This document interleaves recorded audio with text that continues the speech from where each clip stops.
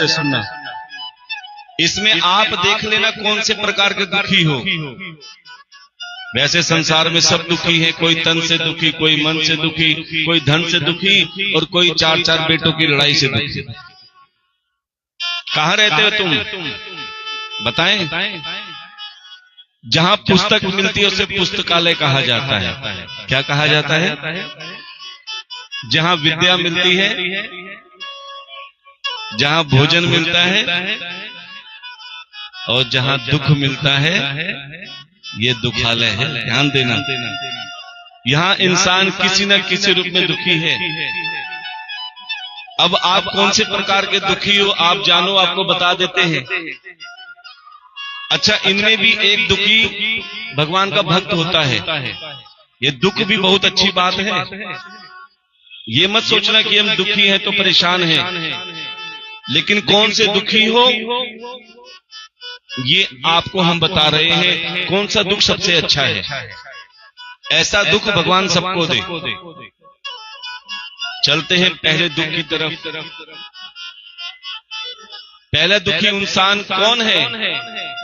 जो दूसरों के सुख से दुखी है। दुखी तो है, लेकिन उसके घर में एयर कंडीशन क्यों लग गया? उसके घर में 4 मंजिल मकान क्यों बन गया? मेरा तो ऐसे के ऐसे ही है।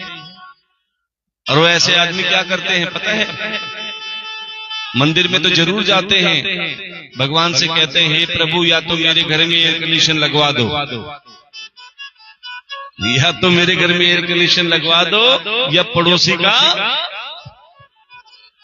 एक बार हाथ उठाना जो ये मांगने जाते हैं। प्रेम से बोलना पड़ेगा,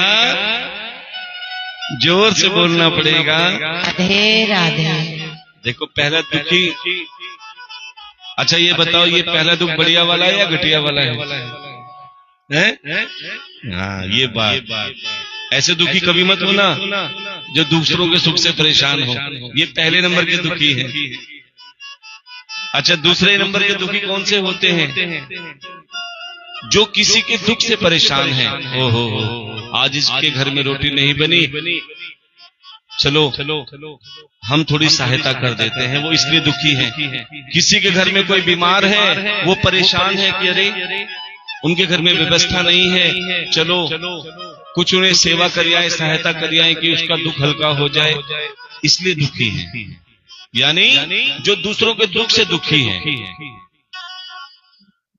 ये 2 नंबर के दुखी है। तीसरा नंबर का दुखी कौन है?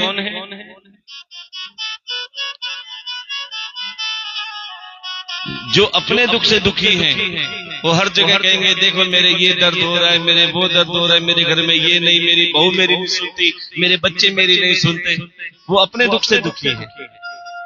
ये तीसरे प्रकार के दुखी हैं। और चौथे प्रकार के दुखी कौन से हैं पता है आपको? जो खामा-खा दुखी है। कोई कमी नहीं है, फिर भी ऐसा चेहरा बना रखा है जैसे उससे ज्यादा दुखी तो कोई है ही नहीं। अच्छा, वो क्यों दुखी रहते हैं कि पड़ोसी को पता ना चल जाए कि हम सुखी हैं, कहीं नजर लग जाए, इसीलिए प्यारे। अच्छा, इन चारों में सबसे बढ़िया दुखी कौन सा है?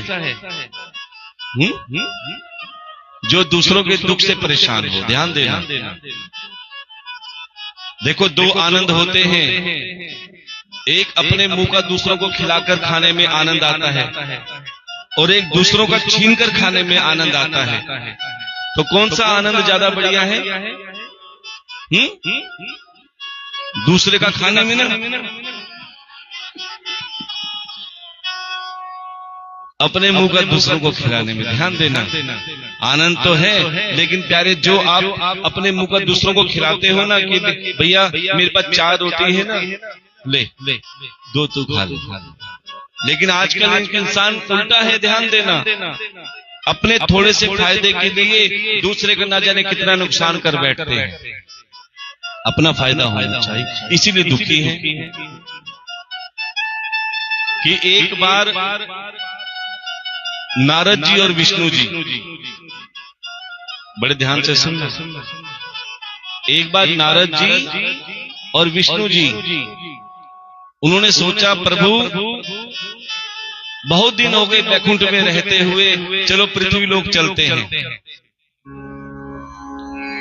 पृथ्वी लोक चलते हैं।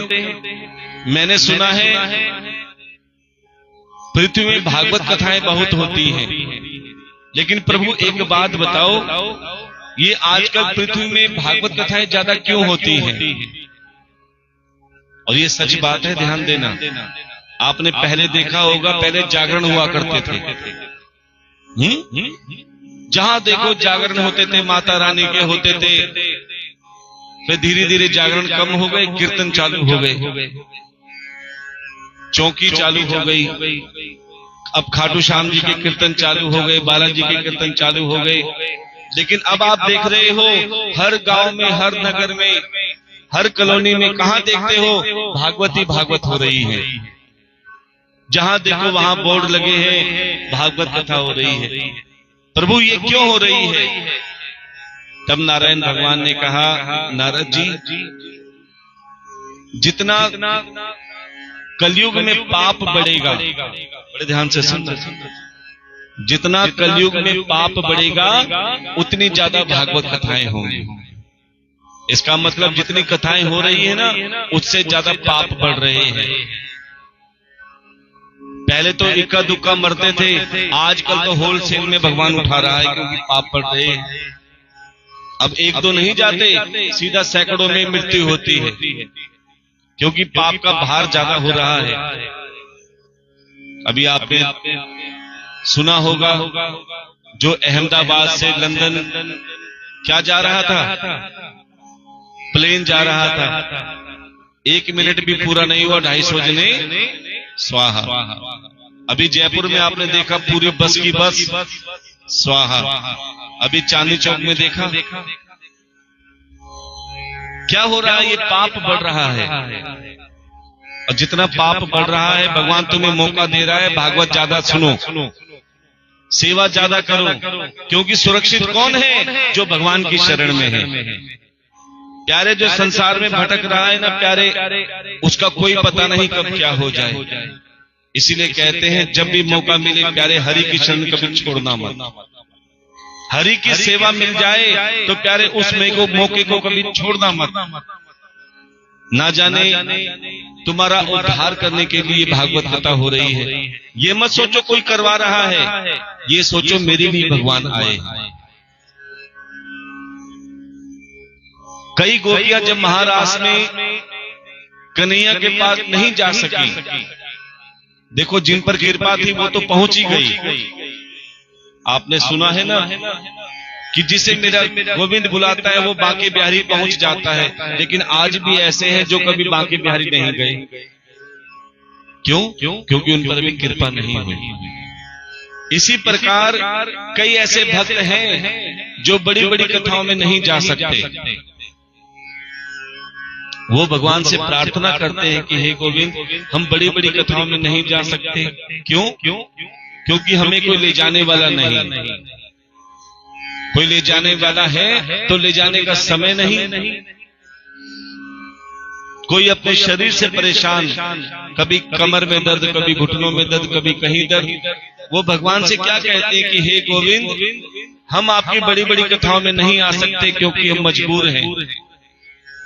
अभी आपने सुना होगा दिल्ली में बुराड़ी में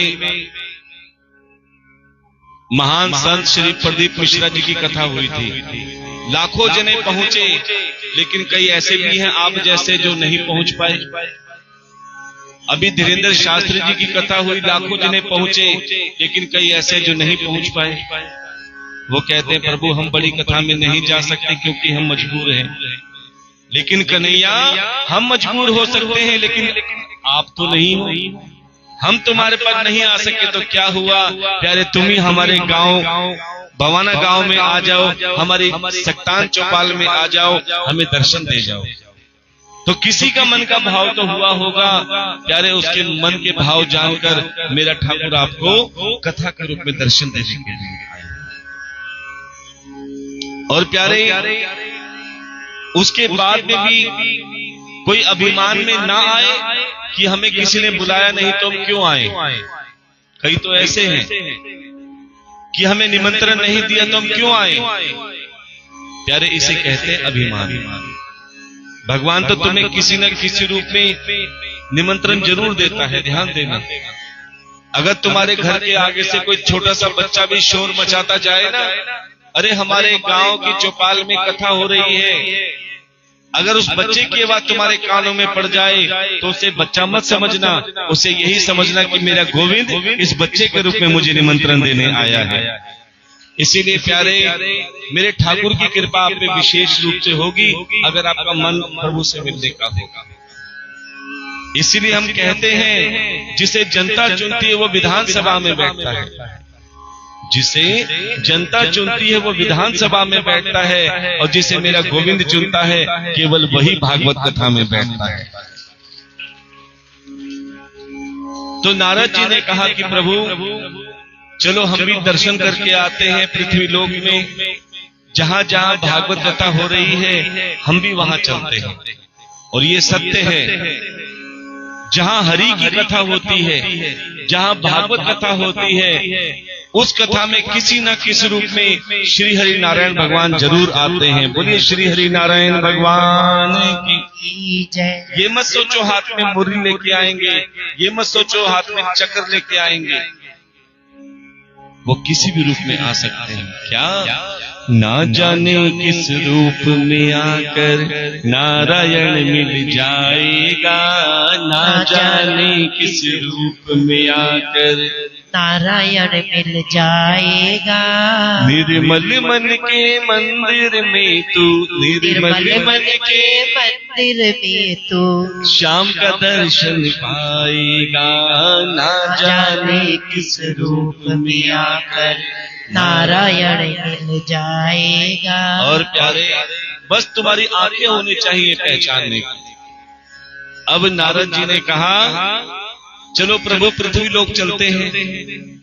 नारद जी की बात श्री हरि ने मान ली। कहते हैं संतों की बात हरि मानते हैं, इसीलिए संत महात्मा को परमात्मा का रूप कहा जाता है। कहते हैं ना व्यासाय विष्णु रूपाय, क्योंकि संतों के मुख से निकली हर एक शब्द समझ लेना मेरे ठाकुर के निकले हुए मुखारविंद के शब्द हैं। अब विष्णु भगवान और नारद जी पृथ्वी लोक में आए। बड़े ध्यान से सुनना। अब जहां जहां कथा हो रही है, श्री हरि और नारद जी साधु के रूप में कथा में आके बैठ जाते। सारे श्रोता कथा सुन रहे हैं और वो दोनों भी कथा सुन रहे हैं। कौन? नारद जी और विष्णु। और कहते हैं जहां पर नारायण भगवान आ जाते हैं ना, समझ लें कथा सफल हो जाती है। अब वो किस रूप में आते हैं प्यारे, या तो वो भक्त जानता है या भगवान जानता है। और वो उसी को मिलते हैं प्यारे जिसका मन सरल होता है, जिसको भगवान से मिलने की तड़प होती है ना। मेरा ठाकुर किसी न किसी रूप में एक दिन में ना सही, एक न एक दिन उसे दर्शन जरूर देता है। अब जहां जहां कथा हो रही है प्यारे, नारद जी और विष्णु जी सब जगह जा रहे हैं। अब क्या हुआ? बोले कथा तो सब सुन रहे हैं, लेकिन कथा सुनकर किस किस का स्वभाव बदला। देखो, जरूरी नहीं कि कथा में हजारों की संख्या में श्रोता हों। अरे प्यारे, श्रोता एक भी हो लेकिन वो सच्चा श्रोता हो। आजकल श्रोता भी कैसे हैं, ध्यान देना। वो कथा सुनने नहीं आते प्यारे, वो तो पिकनिक मनाने आते हैं। एक दिन आए तो दूसरे दिन नहीं आए। कई तो कहते हैं महाराज आज तो कथा का पहला दूसरा दिन है, 7 दिन कथा चलेगी, आराम से आएंगे कृष्ण जन्म पे, आराम से जाएंगे रुक्मिणी विवाह पे। अरे हम कहते हैं सीधा भंडारे में आओ, कौन मना करता है। इसीलिए कहते हैं प्यारे, कथा का एक एक शब्द, एक एक दिन बहुत कीमती होता है। अब नारद जी ने कहा प्रभु एक बार देख लेते हैं कि ये कथा तो सब सुन रहे हैं, लेकिन किसका स्वभाव बदला, किसी के मन में सेवा का भाव जगा कि नहीं जगा, चेक कर लेते हैं। अब घूमते घूमते वही नारद जी और विष्णु जी बवाना गांव में आ गए थे। बोले महाराज जरा देख लेते हैं इन सब का स्वभाव कैसा है। कथा तो सब सुन रहे हैं। बोले घूमते घूमते हमें भूख भी लग रही है, चलो भोजन की व्यवस्था देखते हैं कौन करता है। अब नारद जी और विष्णु जी साधु के वेश में बवाना गांव में भ्रमण कर रहे हैं, घूम रहे हैं कि देखते हैं हमें कहां प्रसाद मिलता है, कहां भोजन मिलता है। कथा तो सब सुन रहे हैं, लेकिन सेवा का भाव किसके मन में जगता है। घूमते घूमते क्या देखा, एक आलीशान मकान, 4 मंजिल मकान, खूब ग्रेनाइट की टाइल लगी हुई है, बढ़िया बढ़िया झूमर लगे हुए हैं, बाहर पेड़ पौधे लगे हुए हैं। नारद जी विष्णु भगवान से कहते हैं महाराज देखो ये कितना बढ़िया घर है, आलीशान मकान बना है, इसका मतलब खूब धनवान होगा, इसके यहाँ तो हमें भोजन मिल जाएगा ना। एक काम करते हैं मैं आवाज मारता हूं, यही हमारा भोजन हमें प्राप्त हो जाएगा। विष्णु भगवान मुस्कुरा रहे हैं, बोले ट्राई कर लो। अब नारद जी ने आवाज मारी, कोई है घर में? एक बार बोले, 2 बार बोले, कई बार बोले, लेकिन अंदर से कोई आवाज।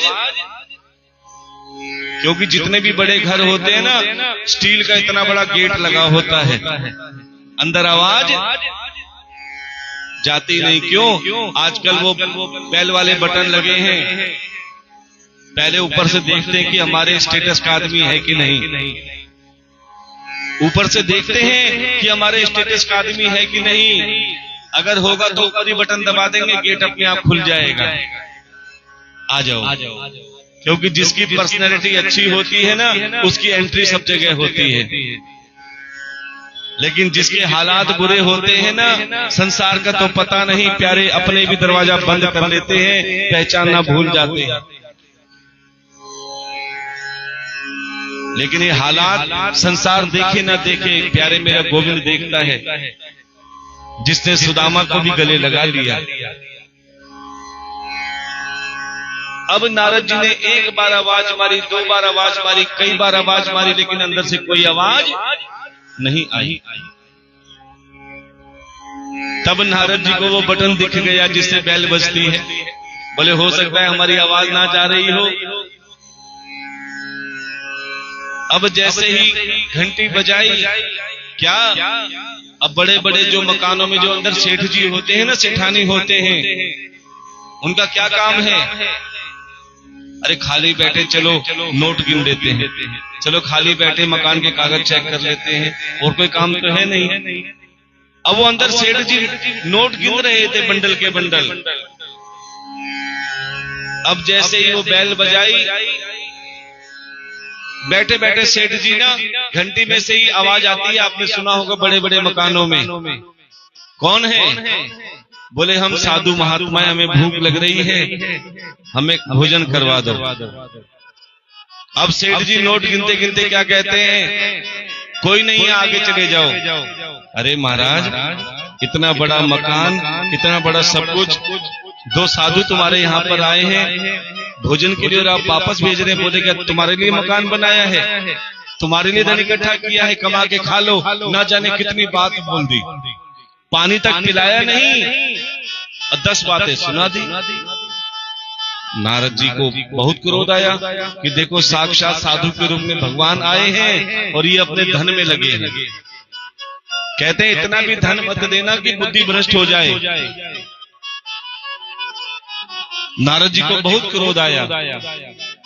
नारद जी ने कहा देखो प्रभु, आपने इनको धन दौलत दी, आपने इन्हें सुख साधन दिए और आज ये तुम्हें पहचान भी नहीं रहे। एक काम करो कि इन्हें श्राप दे दो। नारद जी ने विष्णु भगवान से कहा प्रभु ऐसे को तो श्राप दे दो। विष्णु भगवान ने कहा श्राप दे दूं? बोले हाँ महाराज श्राप दे दो। अब विष्णु जी ने क्या श्राप दिया? जा बेटा तेरे धन दौलत और बढ़ जाएं, दिन दुगनी रात चौगनी तो हो जाए तरक्की, तेरे भंडार भर जाएं। नारद जी कहते हैं प्रभु ये कैसा श्राप है? जिस धन के कारण ये हमें पहचान नहीं पा रहा, जिस धन के कारण हमें ये एक गिलास पानी नहीं पिला रहा, भोजन तो बहुत दूर की बात है, तुमने इसे और धन देने का श्राप क्या वरदान दे दिया? कलयुग के लोग तो इसी को ही वरदान मानते हैं। बोले तुम नहीं समझोगे, आगे चलते हैं। जैसे ही विष्णु भगवान और नारद जी आगे बढ़े, अब उनका विश्वास हट गया धनवान लोगों से, क्योंकि धनवान दिखने में धनवान है लेकिन मन धनवान नहीं है। ध्यान देना, धनवान कौन है? जिनके पास धन है वो धनवान नहीं है प्यारे, जिसके पास मन है ना वो सबसे बड़ा धनवान है। ये बेटा बैठ जाओ, बार बार उठो मत, बाद में आराम से लगवा लेना। ऐसे ध्यान बढ़ता है, बार बार उठते रुकते।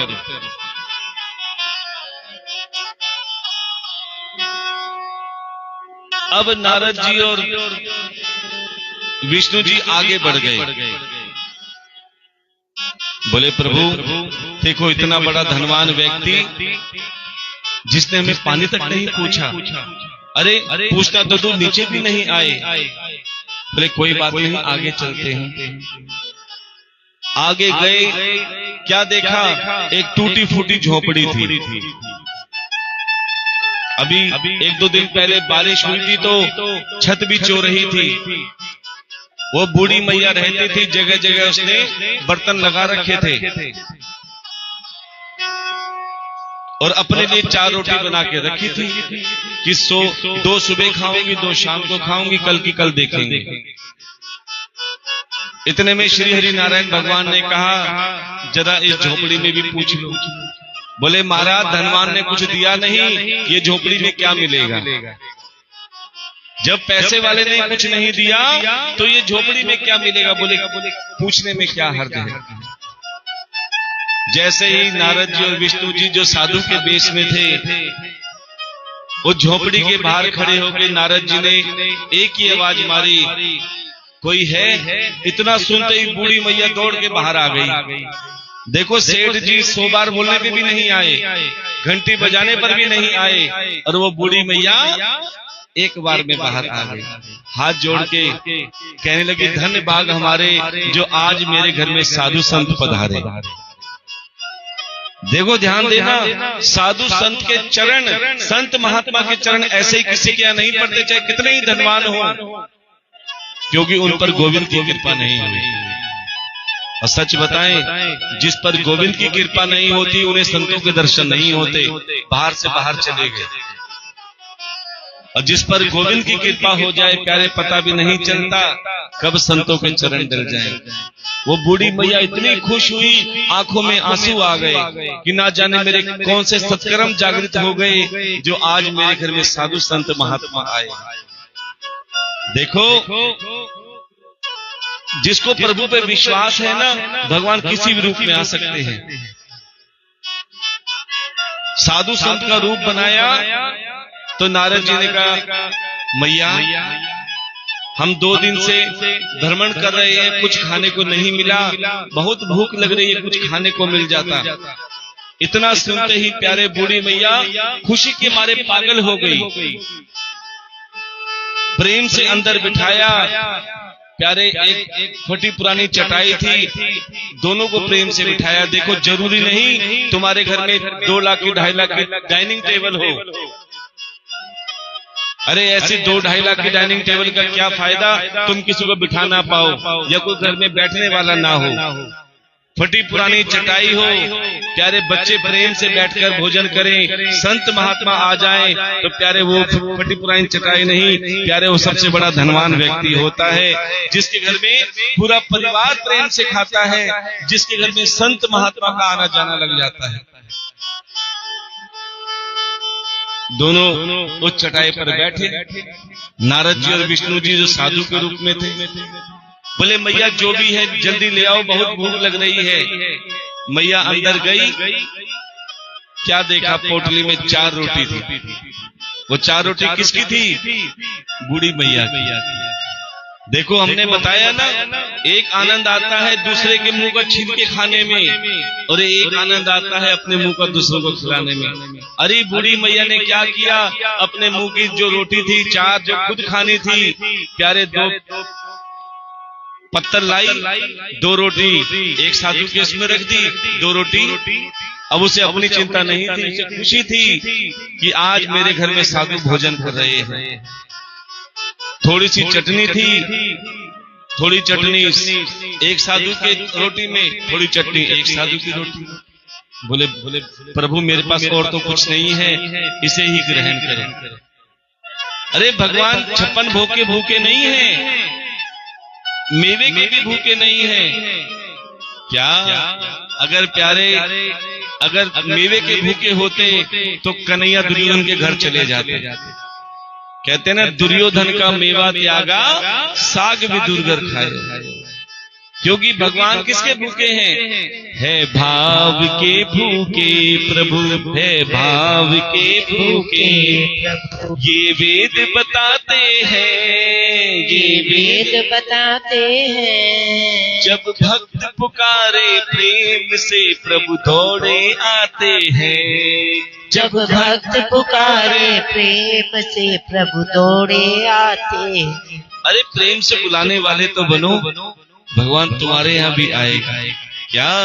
कौन कहते हैं भगवान आते नहीं? कौन कहते हैं भगवान आते नहीं? कौन कहते हैं भगवान आते नहीं? कौन कहते हैं भगवान आते नहीं? द्रौपदी की तरह तुम बुलाते नहीं। द्रौपदी की तरह तुम बुलाते नहीं। कौन कहते हैं भगवान खाते नहीं? कौन कहते हैं भगवान खाते नहीं? कौन कहते हैं भगवान खाते नहीं? कौन कहते हैं भगवान खाते नहीं? कब आएंगे खाने के लिए? बेर शबरी के जैसे खिलाते नहीं। बेर शबरी के जैसे खिलाते नहीं। कि प्यारे तुम्हारा मन तो हो भोग लगाने का, तो भगवान तुम्हारे यहाँ भी आएंगे। अब वो बूढ़ी मैया बड़ी प्रसन्न हो रही है, लेकिन उनके बूढ़ी मैया के मन में एक भाव और जग रहा है, तसल्ली नहीं हुई। बोले प्रभु मैं एक सेवा और करना चाहती हूँ। बोले क्या? बोले मेरी एक बूढ़ी गैया है जिसका मैं दूध निकालती हूँ, 1 गिलास दूध देती है, आधा सुबह पीती हूँ, आधा शाम को पीती हूँ। एक काम करो, मैं वो दूध का गिलास भी ले आती हूँ और आधा आधा तुम दोनों पी लेना। देखो उस बूढ़ी मैया ने अपना 1 गिलास दूध का भी 2 गिलास में किया और आधा आधा दोनों साधुओं को दे दिया। अब प्यारे नारद जी ने और विष्णु जी ने वो रोटी चटनी के साथ खाई, दूध पिया। ओहो, इतना तृप्त हो गए, इतना आनंद आ गया नारद जी को और विष्णु जी को। बोले महाराज आज मेरा मन इतना प्रसन्न हुआ इस बूढ़ी मैया के लिए, एक काम करो इसे अपना वरदान दे दो, और ऐसा वरदान दो जो संसार याद रखे, इतिहास बन जाए। विष्णु भगवान ने कहा अच्छा इसे वरदान दे दूं? बोले हाँ। बोले जा मैं इसे वरदान देता हूं, इसकी बूढ़ी गैया मर जाए, इसकी बूढ़ी गैया मर जाए। अब नारद जी हैरान, जिस सेठ ने, जिस धनवान आदमी ने, जिसके पास धन की कोई कमी नहीं थी, उसने पानी भी नहीं पूछा, तुमने उसे कह दिया धन के भंडार भर जाए, धन दौलत बन जाए। और जिसने हमें अपने पेट का भी खिला दिया, अपने मुंह का भी खिला दिया, गौ माता का भी दूध दे दिया, उसे तुमने कहा कि इसकी गैया मर जाए, ये कैसा वरदान? बड़े ध्यान से सुनना। विष्णु भगवान ने कहा कि जिस सेठ को मैंने धनवान बनने का श्राप दिया था ना, वो सच में श्राप ही था। क्योंकि जब धन ज्यादा आता है ना, इंसान भगवान से दूर हो जाता है। वो केवल नोट गिनता रहता है, आज मेरे इतने प्लॉट बन गए, आज मेरे इतने मकान बन गए, आज मेरे इतनी धन दौलत बन गई, आज मेरा इतना बैंक बैलेंस बढ़ गया। लेकिन वो ये भूल जाता है कि दिन पर दिन मेरी सांसें कम हो रही हैं। दिन पर दिन ये भूल जाता है कि मेरा समय कम हो रहा है। और उसे कब पता चलता है? जब वो अंतिम सांसें ले रहा हो। जब प्यारे अंतिम सांसें आती है ना, जब वेंटिलेटर पे मशीन धीरे धीरे हो जाती है, उस समय जो पूरी जिंदगी तुमने धन कमाया, दौलत कमाई, प्लॉट कमाए, कुछ साथ नहीं देता। चाहे मैक्स में चले जाओ, अपोलो में चले जाओ, गंगाराम में चले जाओ, कहीं चले जाओ, ना तुम्हारी धन दौलत साथ देगी, ना जमीन साथ देगी। उस समय तुम यही कहोगे, हे गोविंद मुझे बचा ले, हे गोविंद मुझे एक सेकंड उधार दे दे, हे गोविंद मुझे एक सांस उधार दे दे। बताओ क्या उस धन दौलत से सांस मिलेगी? जो सांसें तुमने धन कमाने में, व्यर्थ की बातें करने में खर्च कर दी, जो परमात्मा ने तुम्हें फ्री में दी थी, जिसकी तुमने सदुपयोग नहीं किया। कहते हैं आज तुम समय का सदुपयोग करोगे तो प्यारे समय तुम्हारा कदर करेगा। आज तुम कथा सुन रहे हो ना, ये समय का सदुपयोग है, वरना सारा दिन निंदा चुगली तो चलती रहती है। फलानी ने ऐसा कहा, ढिकानी ने ऐसा कहा। ये क्या है? ये समय की बर्बादी, श्वासों की बर्बादी। लेकिन जब तुम कथा में आते हो, उससे दो फायदे होते हैं, बड़े ध्यान से सुनना।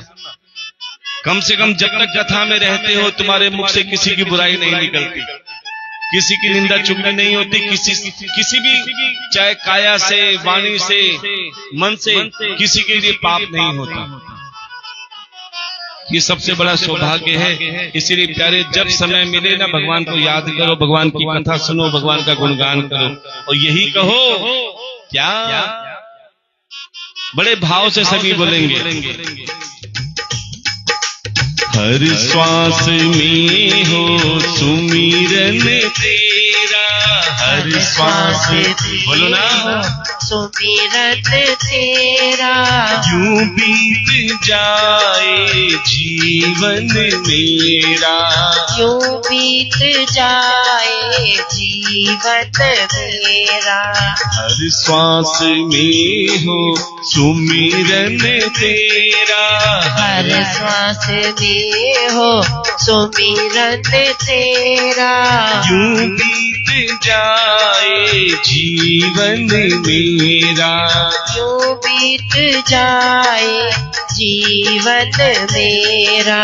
तेरी पूजा करके बीते सांझ सवेरा, तेरी पूजा करके बीते सांझ सवेरा, यूं बीत जाए जीवन मेरा, यूं बीत बोलो ना। जाए जीवन मेरा। जो भी तेरा प्यारा हो वो मेरे दिल का प्यारा हो, जो भी तेरा प्यारा हो वो मेरे दिल का प्यारा हो, जो भी तेरा प्यारा हो वो मेरे दिल का प्यारा हो, जो भी तेरा प्यारा हो वो मेरे दिल का प्यारा हो। तेरे सिर का ताज मेरी आंखों का तारा हो, तेरे सिर का ताज मेरी आंखों का तारा हो। सब में जय हो, सब में निहारूं रूप सुनहरा, सब में निहारूं रूप सुनहरा, यूं बीत जाए जीवन मेरा, यूं बीत जाए जीवन मेरा। हर श्वास में हो सुमिरन तेरा, हर श्वास में हो सुमिरन तेरा, यूं बीत जाए जीवन मेरा, यूं बीत जाए जीवन और प्यारे मेरा। प्रभु से प्रार्थना करो कि सोते जागते उठते बैठते मेरा मन तुम्हें ही देखे। मेरी आंखें चाहे जगी हो चाहे सोई हो, तुम्हारा ही दर्शन हो। और अंत समय में जब मेरे नेत्र बंद होने लगे, उस समय में भी केवल गोविंद मुझे तेरा ही दर्शन हो। जब ये भाव लोगे तो मेरा ठाकुर तुम्हें किसी न किसी रूप में दर्शन अवश्य देगा। लेकिन तुम्हें कहना पड़ेगा क्या? नैनों की खिड़की से तुमको हर पल में निहारूं, नैनों की खिड़की से तुमको हर पल में निहारूं, नैनों की खिड़की से तुमको हर पल में निहारूं, नैनों की खिड़की से तुमको हर पल में निहारूं। मन में बिठा लूं तेरी आरती उतारूं, मन में बिठा लो तेरी आरती उतारूं। काली जय हो, काली रहूं तेरे चरणों में तेरा, काले रहो तेरे चरणों में तेरा। यूं बीत जाए जीवन मेरा, यूं बीत जाए जरा हाथ उठा के बोलेंगे। मेरा। हर श्वास में हो सुमिरन तेरा, हर श्वास में हो सुमिरन तेरा। यूं बीत जाए जीवन मेरा, यूं बीत जाए जीवन मेरा। और भगवान कहाँ रहते हैं प्यारे? जहाँ संत महात्मा का आदर सम्मान हो, जहाँ घर में माता पिता की सेवा हो, बड़े बूढ़ों का सम्मान हो, उस घर में परमात्मा का वास रहता है। इसीलिए कहते हैं प्यार हो सत्कार हो एतबार हो तुम्हारा, प्यार हो सत्कार एतबार हो तुम्हारा। सुख भी हो सारे यार हो तेरा इशारा, सुख भी हो सारे यार हो तेरा इशारा। हो आत्मा पर तेरा ही डेरा, हो आत्मा पर तेरा ही डेरा। यूं बीत जाए जीवन मेरा, यूं बीत जाए सभी बोलेंगे। जीवन मेरा। हर श्वास में हो सुमिरन तेरा, हर श्वास में हो सुमिरन तेरा। यूं बीत जाए जीवन मेरा, यूं बीत जाए जीवन मेरा। यूं बीत जाए जीवन मेरा। प्रेम से बोलना पड़ेगा, राधे राधे। जोर से बोलना पड़ेगा। राधे राधे। तो प्यारे नारायण भगवान ने उसे श्राप दिया कि तुम्हारी धन के भंडार भर जाएं, क्योंकि जितने धन के भंडार भरेंगे उतना वो प्रभु से दूर होगा। ये श्राप है, ध्यान देना। भगवान जिसको ज्यादा धन दौलत देता है ना, समझ लेना अपने से दूर कर रहा है। और जिसको दुख देता है, भगवान कब याद आते हैं? कब याद आते हैं? कमर में दर्द रहे भगवान, गड्डी गिनते टाइम भगवान नहीं आएंगे। उठते टाइम जब उठेंगे ना, जब गोड़ों में दर्द होगा, ए भगवान मर गया। ना जाने कितनी बार भगवान का नाम लोगे। इसलिए कहते हैं दुख भी जरूरी है। अब उसको वरदान क्या मिला? बोले प्रभु चलो ये तो समझ गए कि धन ज्यादा दे दिया, भूल गए, लेकिन बूढ़ी मैया ने क्या बिगाड़ा था जब तुमने कहा इसकी गैया मर जाए? तब भगवान ने कहा बड़े ध्यान से सुनना, बोले जिसमें ज्यादा मोह होता है ना वो कभी तरता नहीं है। आपने एक चीज सुनी होगी, देखी होगी, किसी को बेटी से ज्यादा प्रेम होता है ना, और अंत समय में जब उसकी माँ की मृत्यु होती है, क्या कहती है, एक बार मेरी बेटी से मुझे मिला लो, एक बार मेरी बेटी को मुझे बुला लो। क्यों? उस बेटी में उसका मोह अटका हुआ है, तड़पती रहेगी लेकिन प्राण नहीं निकलेंगे। और प्यारे, अगर बेटी नहीं आ पाई और माँ तड़पते तड़पते मर गई, क्या उसको मुक्ति नहीं मिलेगी? क्यों? क्योंकि उसकी तड़प अधूरी रहेगी, उसका मोह बेटी में अटका रह गया। आपने जड़ भरत की कहानी सुनी होगी, कथा सुनी होगी कि प्यारे जड़ भरत को एक हिरण से मोह हो गया था, जिसके कारण अगले जन्म में वो तर नहीं पाया। इसीलिए ये अपनी गैया से बहुत प्रेम करती थी। बड़े ध्यान से सुनना, ये गौ की बहुत सेवा करती थी, बहुत तड़प थी इसको, बहुत प्रेम करती थी। मैंने सबसे पहले जिस पे मोह था उसको कह दिया कि इसकी गैया मर जाए। जब गैया मर जाएगी तो प्यारे इसका मोह धीरे धीरे कम हो जाएगा, और प्यारे जब गैया से मोह कम होगा तो परमात्मा से मोह बढ़ जाएगा। देखो, ये इंसान भगवान के पास तब तक नहीं आता जब तक उसे संसार से, बेटे पोतों से मोह है। और जब बेटे छोड़ के चले जाते हैं, बहुएं छोड़ के चली जाती हैं, पैसा कोई लूट के ले जाता है, कमेटियां लेके भाग जाता है, जो बच्चा है वो बीमारियों में लग जाता है, शरीर भी साथ देना छूट जाता है,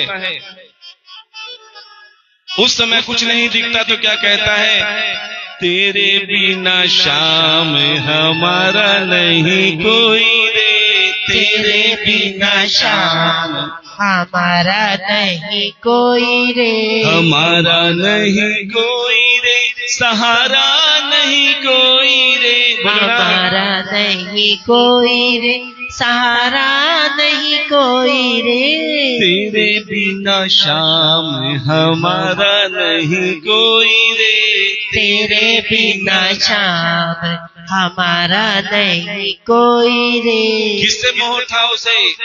भाई और बंधु कुटुंब कबीला, भाई और बंधु कुटुंब कबीला, कि मेरे भाई मेरा साथ देंगे, मेरा इतना बड़ा परिवार, बेटे बहू पोते सब साथ देंगे, ये अभिमान था। और अभिमान कब दूर हुआ? बिगड़ी जो बात सहारा नहीं कोई रे, बिगड़ी जो बात सहारा नहीं कोई रे, तेरे बिना शाम हमारा नहीं कोई रे, तेरे बिना शाम हमारा नहीं कोई रे। इसीलिए कहते हैं प्यारे, संसार को अपना बनाने से पहले एक बार मेरे ठाकुर से रिश्ता जोड़ ले, चाहे किसी भाव से जोड़ो, पुत्र के रूप में, भाई के रूप में, पिता के रूप में या सखा के रूप में। कहते हैं ना, त्वमेव माता च पिता त्वमेव बंधु च सखा। अरे बहुत कर लिया संसार के लिए, एक बार इसके लिए भी कुछ करके देख।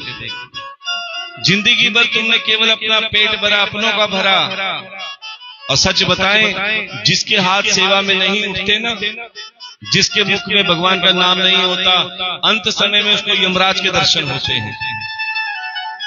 और जिसका समय भगवान के सत्संग में, कथा में, सेवा में बीतता है, अंत समय में कोई संसार आए ना आए, कोई बेटा आए ना आए, लेकिन मेरा ठाकुर किसी न किसी रूप में उसे कंधे का सहारा देने जरूर आता है।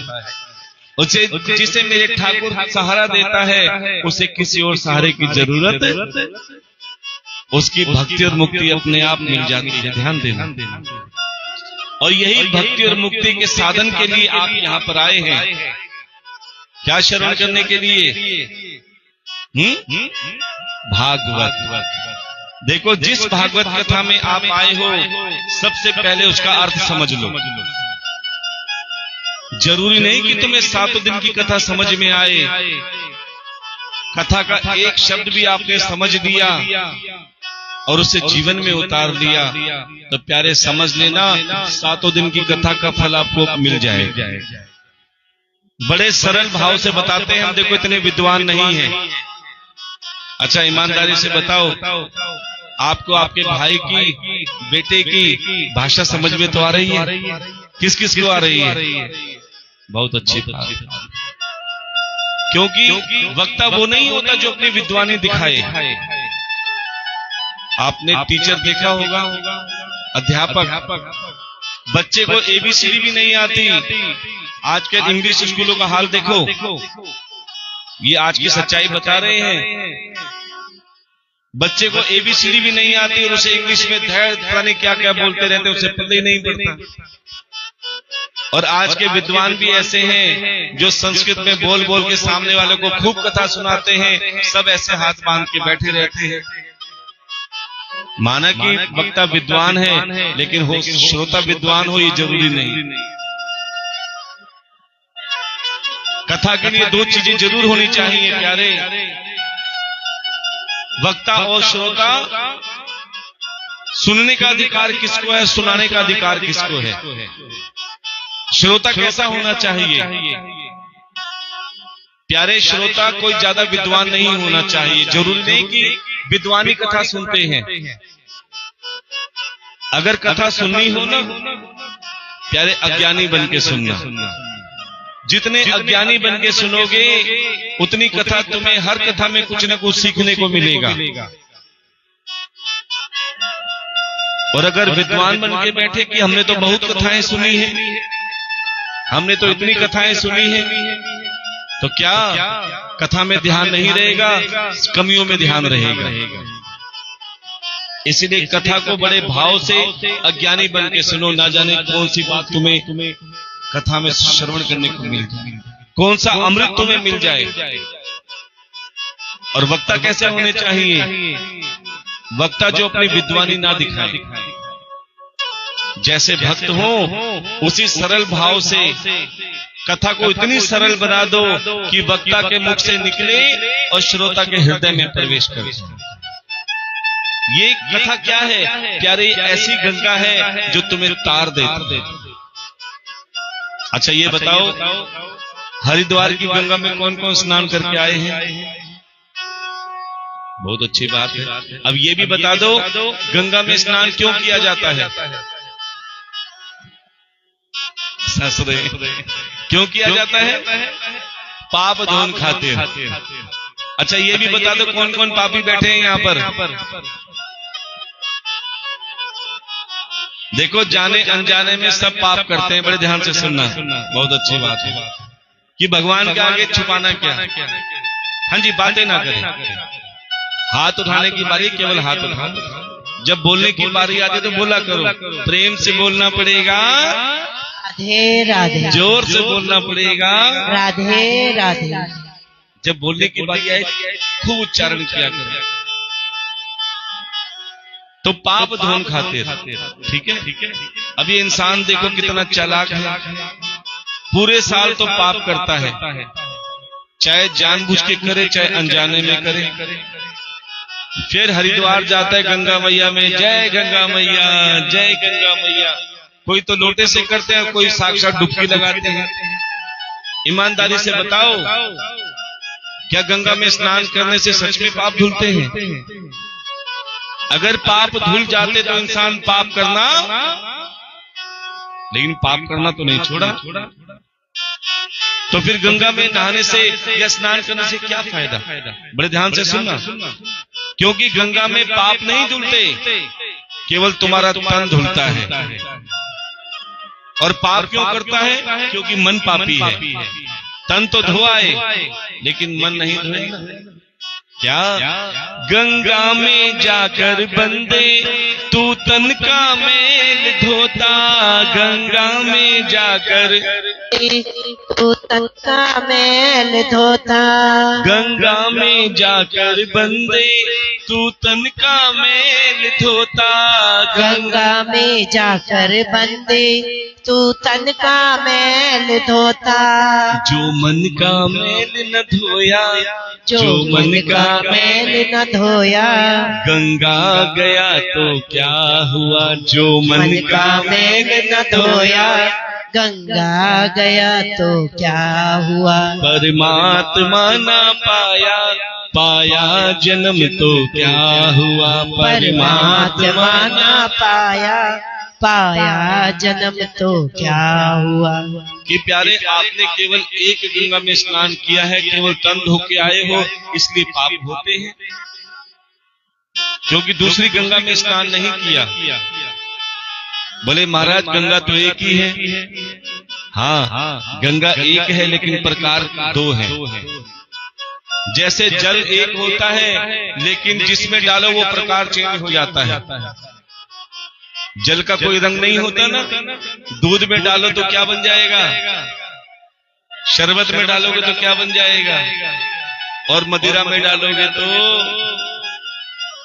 इसी प्रकार ये गंगा भी दो प्रकार की है, ध्यान देना। जिस गंगा में तुम स्नान करने के लिए जाते हो वो श्री हरि के चरण कमलों से निकली है, जिससे तन पवित्र होता है। और एक गंगा जो श्री हरि नारायण भगवान के मुखारविंद से निकली है, जिसे कहते हैं भागवत कथा रूपी गंगा। प्यारे इस गंगा में स्नान करने से मन पवित्र होता है, ध्यान देना। और ये गंगा कहां से आरंभ हुई? सबसे पहले ये श्रीमद् भागवत कथा रूपी गंगा श्री हरि नारायण भगवान के मुखारविंद से ब्रह्मा जी को सुनाई गई, और ब्रह्मा जी ने अपने मुख से ये गंगा नारद जी को सुनाई, भागवत कथा रूपी गंगा। और नारद जी ने श्री वेद व्यास जी को, और श्री वेद व्यास जी ने अपने पुत्र श्री सुखदेव भगवान को। बोलिए श्री सुखदेव भगवान की जय। तो भागवत कथा का परिचय भी जान लो कि ये भागवत कथा कोई पुस्तक, कोई ग्रंथ, कोई किताब नहीं है। ये मत सोचना कि हम केवल भागवत कथा सुनने के लिए आए हैं। क्या है भागवत कथा? प्यारे ये भागवत कथा साक्षात कृष्ण का ही स्वरूप है, ध्यान देना। साक्षात श्री कृष्ण ज्योति स्वरूप होकर श्रीमद् भागवत कथा में विराजमान हुए हैं, जो व्यासपीठ के सामने बैठकर अपने नेत्र व्यासपीठ पे टिका लेता है। विश्वास मानो 7 दिन में मेरा ठाकुर उसे दर्शन जरूर देता है, चाहे किसी भी रूप में दे।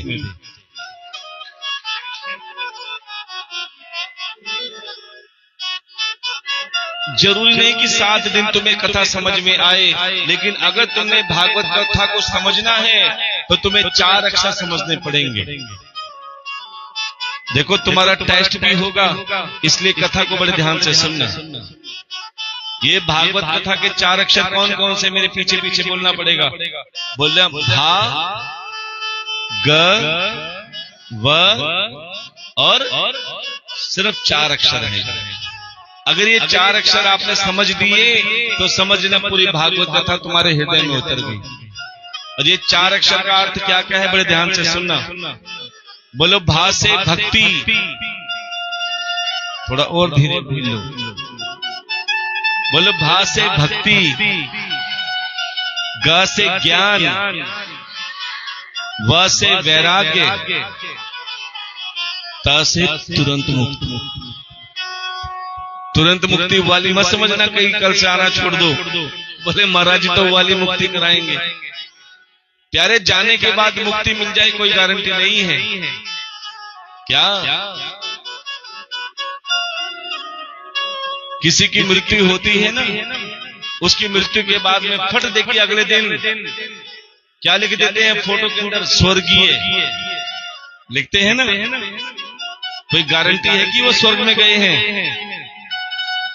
आपने सुना होगा जिसकी मृत्यु होती है ना, उसके कुछ दिन बाद गरुड़ पुराण अध्याय पढ़ाया जाता है घर के अंदर ब्राह्मण के द्वारा। और अगर आपने कभी गरुड़ पुराण सुना हो ना, तो सबसे पहले किसका वर्णन आता है? नरकों का।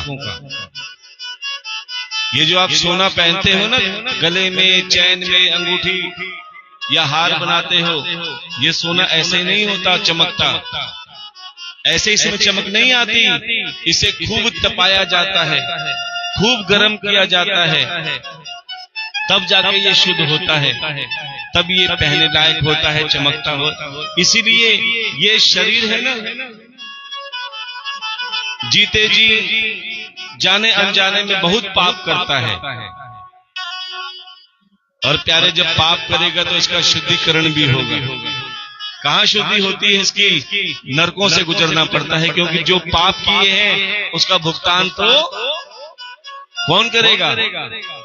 कौन करेगा? जिसने पाप किया है वही भुगतान करेगा। किसके लिए किया है वो नहीं करेगा। इंसान झूठ बोलता है, बेईमानी करता है, छल कपट करता है, किसके लिए करता है? मेरा परिवार सबसे चल जाए, मेरे बच्चे अच्छे से पढ़ जाएं, इसलिए झूठ भी बोलेगा, बेईमानी भी करेगा। कभी धर्मपत्नी पूछती है कि तुम पैसे कहां से लाए हो? ना जाने कितने झूठ बोलने पड़ते हैं तब जाके पैसा आता है, ना जाने कितनी एक दूसरे को छल कपट करना पड़ता है तब पैसा आता है। क्यों? परिवार चलाना। लेकिन एक बात बताएं, एक शमशान घाट में लिखा था कि आपका यहां लाने तक बहुत धन्यवाद, आगे की यात्रा मैं अकेला करूंगा। आपका यहां तक लाने के लिए बहुत धन्यवाद, आगे की यात्रा मैं अकेला करूंगा। उस अकेली यात्रा में प्यारे कोई साथ नहीं देता, चाहे कोई कितनी धर्म पत्नियों प्रेम करती हो, जिसको तुमने भर भर के नोट दिए, भर भर के प्लाट नाम करा दिए, जब उसकी मृत्यु होती है ना, वो पत्नी भी सिर्फ चौखट तक साथ जाएगी, उसके आगे नहीं जाएगी।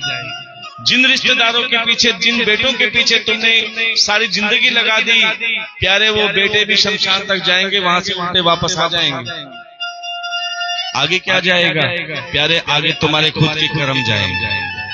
जो तुमने जीवन में पाप कर्म किए हैं वो भी साथ जाएंगे, जो तुमने सत्कर्म किए वो भी साथ जाएंगे। इसीलिए कहते हैं प्यारे, ये पाप कौन करवाता है? ये तुम्हारा मन करवाता है। इसीलिए अपने मन से कहो कि ए मन, सारी जिंदगी हम तेरे अनुसार चले, लेकिन 7 दिन तू हमारे अनुसार चल।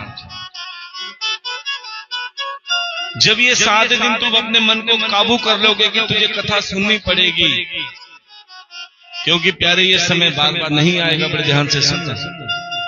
ये संत समागम कितने करोड़ रुपए खर्च कर दो, दोबारा समय नहीं आएगा। इसीलिए अपने मन को समझाओ, जो संत महात्मा तुम्हें समझाते हैं। क्या कहते हैं?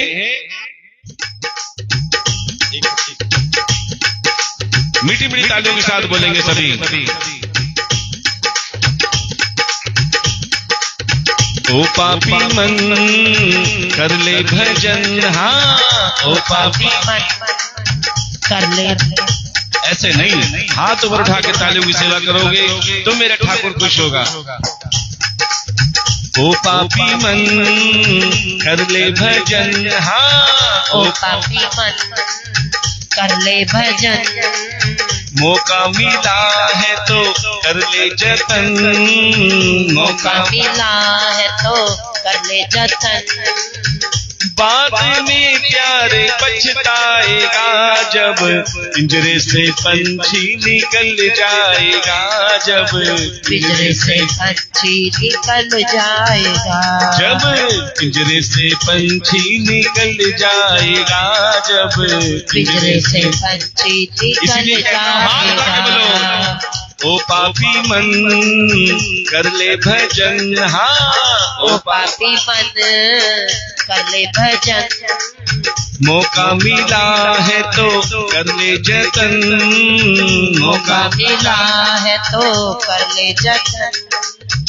बाद में प्यारे पछताएगा, जब पिंजरे से पंछी निकल जाएगा, जब पिंजरे से पंछी निकल जाएगा, जब पिंजरे से पंछी निकल जाएगा।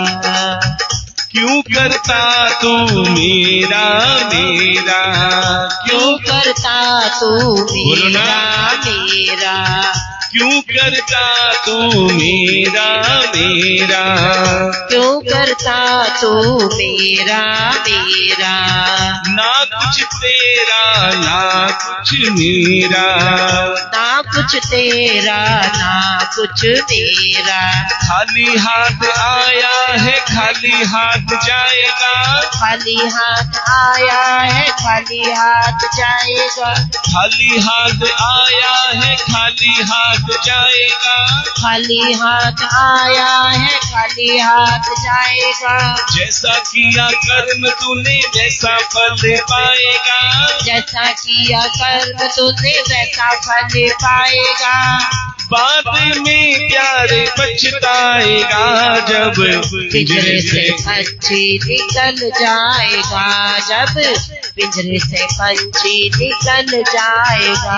हाँ ओ पापी मन कर ले भजन, हाँ ओ पापी मन कर ले भजन, मौका मिला है तो कर ले जतन, मौका मिला है तो कर ले जतन।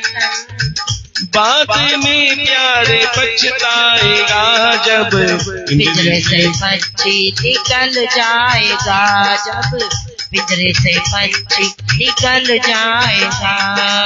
सारी जवानी जी भर के सोया, सारी जवानी जी भर के सोया, सारी उमरिया जी भर के सोया, सारी उम्र जी भर के सोया।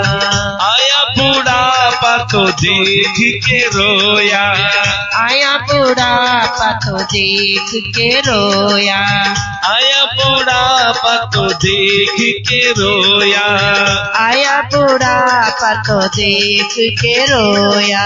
प्रभु की नजर से तू बच नहीं पाएगा, प्रभु की बोलो ना। नजर से तू बच नहीं पाएगा, प्रभु की नजर से तू बच नहीं पाएगा, प्रभु की नजर से तू बच नहीं पाएगा। आएगा बुढ़ापा तो थर थर कांपेगा, आएगा बुढ़ापा तो थर थर कांपेगा। बाद में प्यारे पछताएगा जब पिंजरे से पंछी निकल जाएगा, जब पिंजरे से पंछी निकल बोलो जाएगा। ना, ओ पापी मन कर ले भजन, हाँ ओ पापी मन कर ले भजन, मौका मिला है तो कर ले जतन, मौका मिला है तो कर ले जतन। बाद में प्यारे पछताएगा जब पिंजरे से पंछी निकल जाएगा, जब पिंजरे से पंछी निकल जाएगा।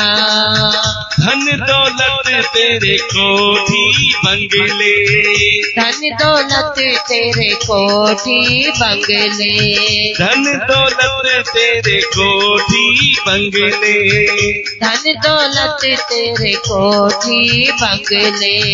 इनसे ममता छोड़ दे पगले, इनसे ममता छोड़ दे पगले।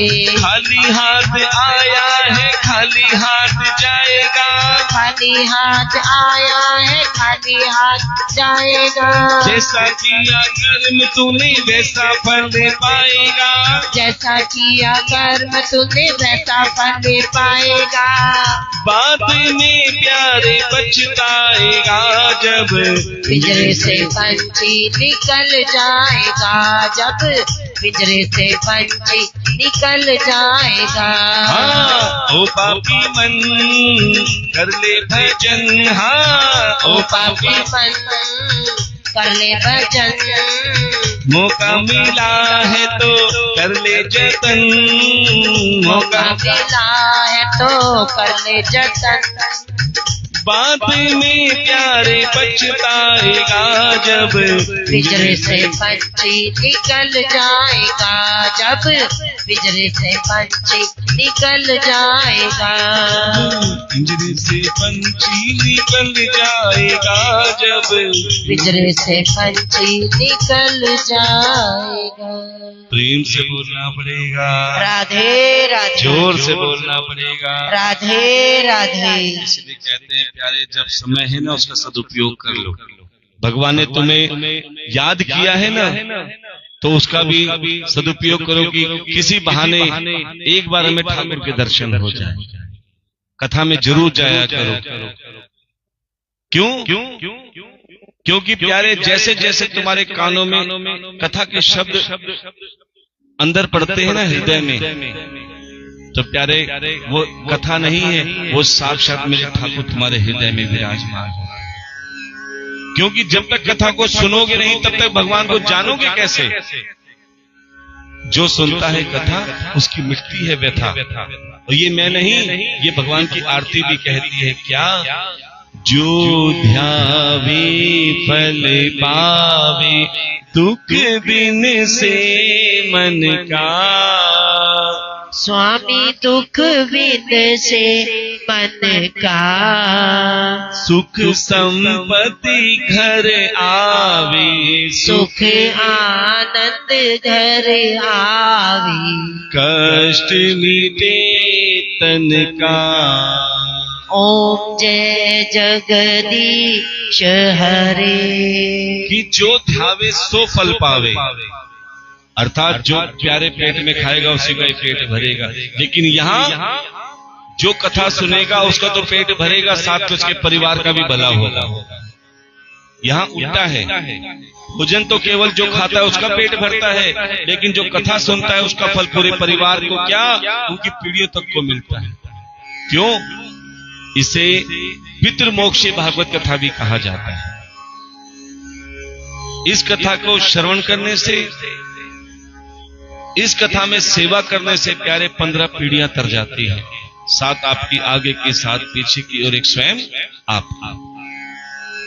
तो ये भागवत कथा जिसमें 12 स्कंद है, 365 अध्याय है और 18,000 श्लोक है, जो श्री वेद व्यास द्वारा रचित ये ग्रंथ है। अच्छा, एक बात और बताएं कि श्री वेद व्यास जी ने 17 पुराण लिखे। कितने लिखे? 17 पुराण लिखे, लेकिन उनके मन में शांति नहीं आई। फिर भी चिंता में पड़े रहे कि मैं ऐसा कौन सा लिखूं जो मेरा मन शांत हो जाए। तब सनकादिक ऋषि आए, सनक, सनंदन, सनातन और सनत कुमार। उन सनकादिक ऋषियों ने श्री वेद व्यास जी से कहा कि हे महात्मा जी, आपने 17 पुराण लिख तो दिए, लेकिन आपके मन में शांति इसलिए नहीं आई कि आपने भगवान की लीलाओं का वर्णन तो लिखा ही नहीं, भगवान की लीलाओं का वर्णन तो किया ही नहीं। तो आप ऐसी रचना कीजिए जिसमें नवदा भक्ति भी हो, सभी रस भी हो, और जो इस कथा को सुने मानो उसके मन में अमृत घुल जाए। इसीलिए इस कथा को अमृतमयी कहा जाता है, पतित पावनी कहा जाता है कि पापी से पापी भी सुन लेता है तो उसका मन भी पवित्र हो जाता है। ध्यान देना,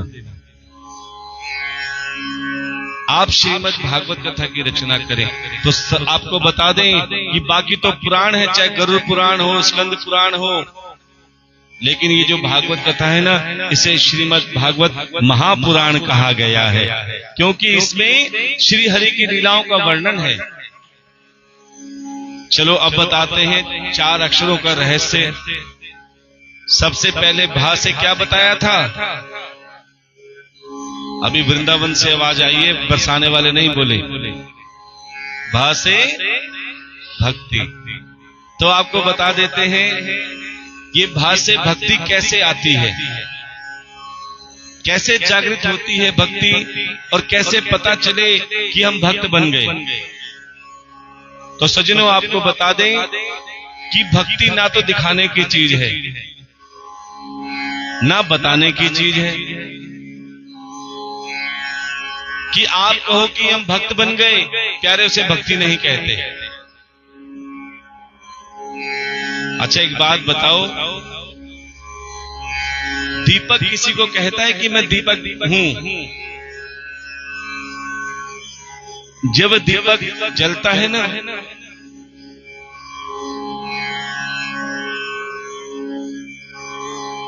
जब दीपक जलता है तो सबको पता चलता है उजाला हो रहा है, अर्थात दीपक जल रहा है, उसे बताने की जरूरत नहीं। ऐसे ही फूलों को भी बताने की जरूरत नहीं कि हम फूल हैं। अरे फूल आएंगे तो खुशबू अपने आप आएगी, और खुशबू आएगी तो सब कहेंगे हाँ फूलों का आगमन हो गया।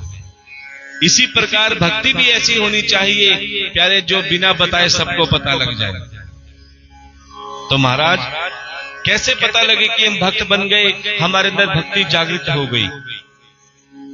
तो बड़े ध्यान से सुनना, कैसे भक्ति जागृत होती है कि जितना प्रेम तुम अपने बच्चों से करते हो ना? कोई तुमसे पूछे कितना प्रेम करते हो, कोई नापतोल है? 1 kilo, 2 kilo, 5 kilo, 10 kilo, 100 kilo? बच्चों का प्रेम तो अनमोल है ना? कोई तुमसे पूछे कि तुम अपने परिवार से कितना प्रेम करते हो, क्या कोई नापतोल है? सारे काम छोड़ के जाते हो ना परिवार के लिए। सासू को खाना बनाना है, ससुर जी के लिए ये करना है, बच्चों को रोटी देनी है, चाय, ये परिवार के लिए करते हो, इसलिए प्रेम करते हो ना। इसका कोई नापतोल नहीं है। जितना प्रेम तुम अपने बच्चों से करते हो, जितना प्रेम तुम अपने परिवार से करते हो, और जितना प्रेम तुम अपनी धन दौलत से करते हो।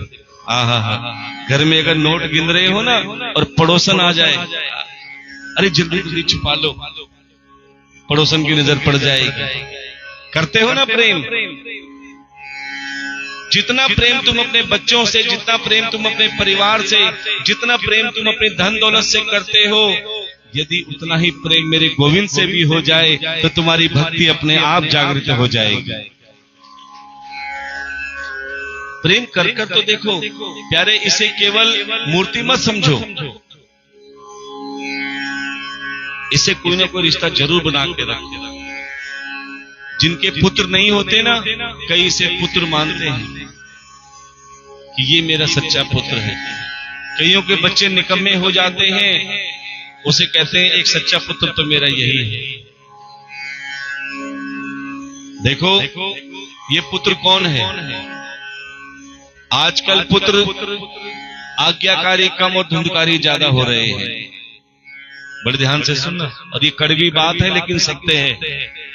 आज पुत्र आज्ञाकारी कम और धुंधकारी ज्यादा हो रहे हैं।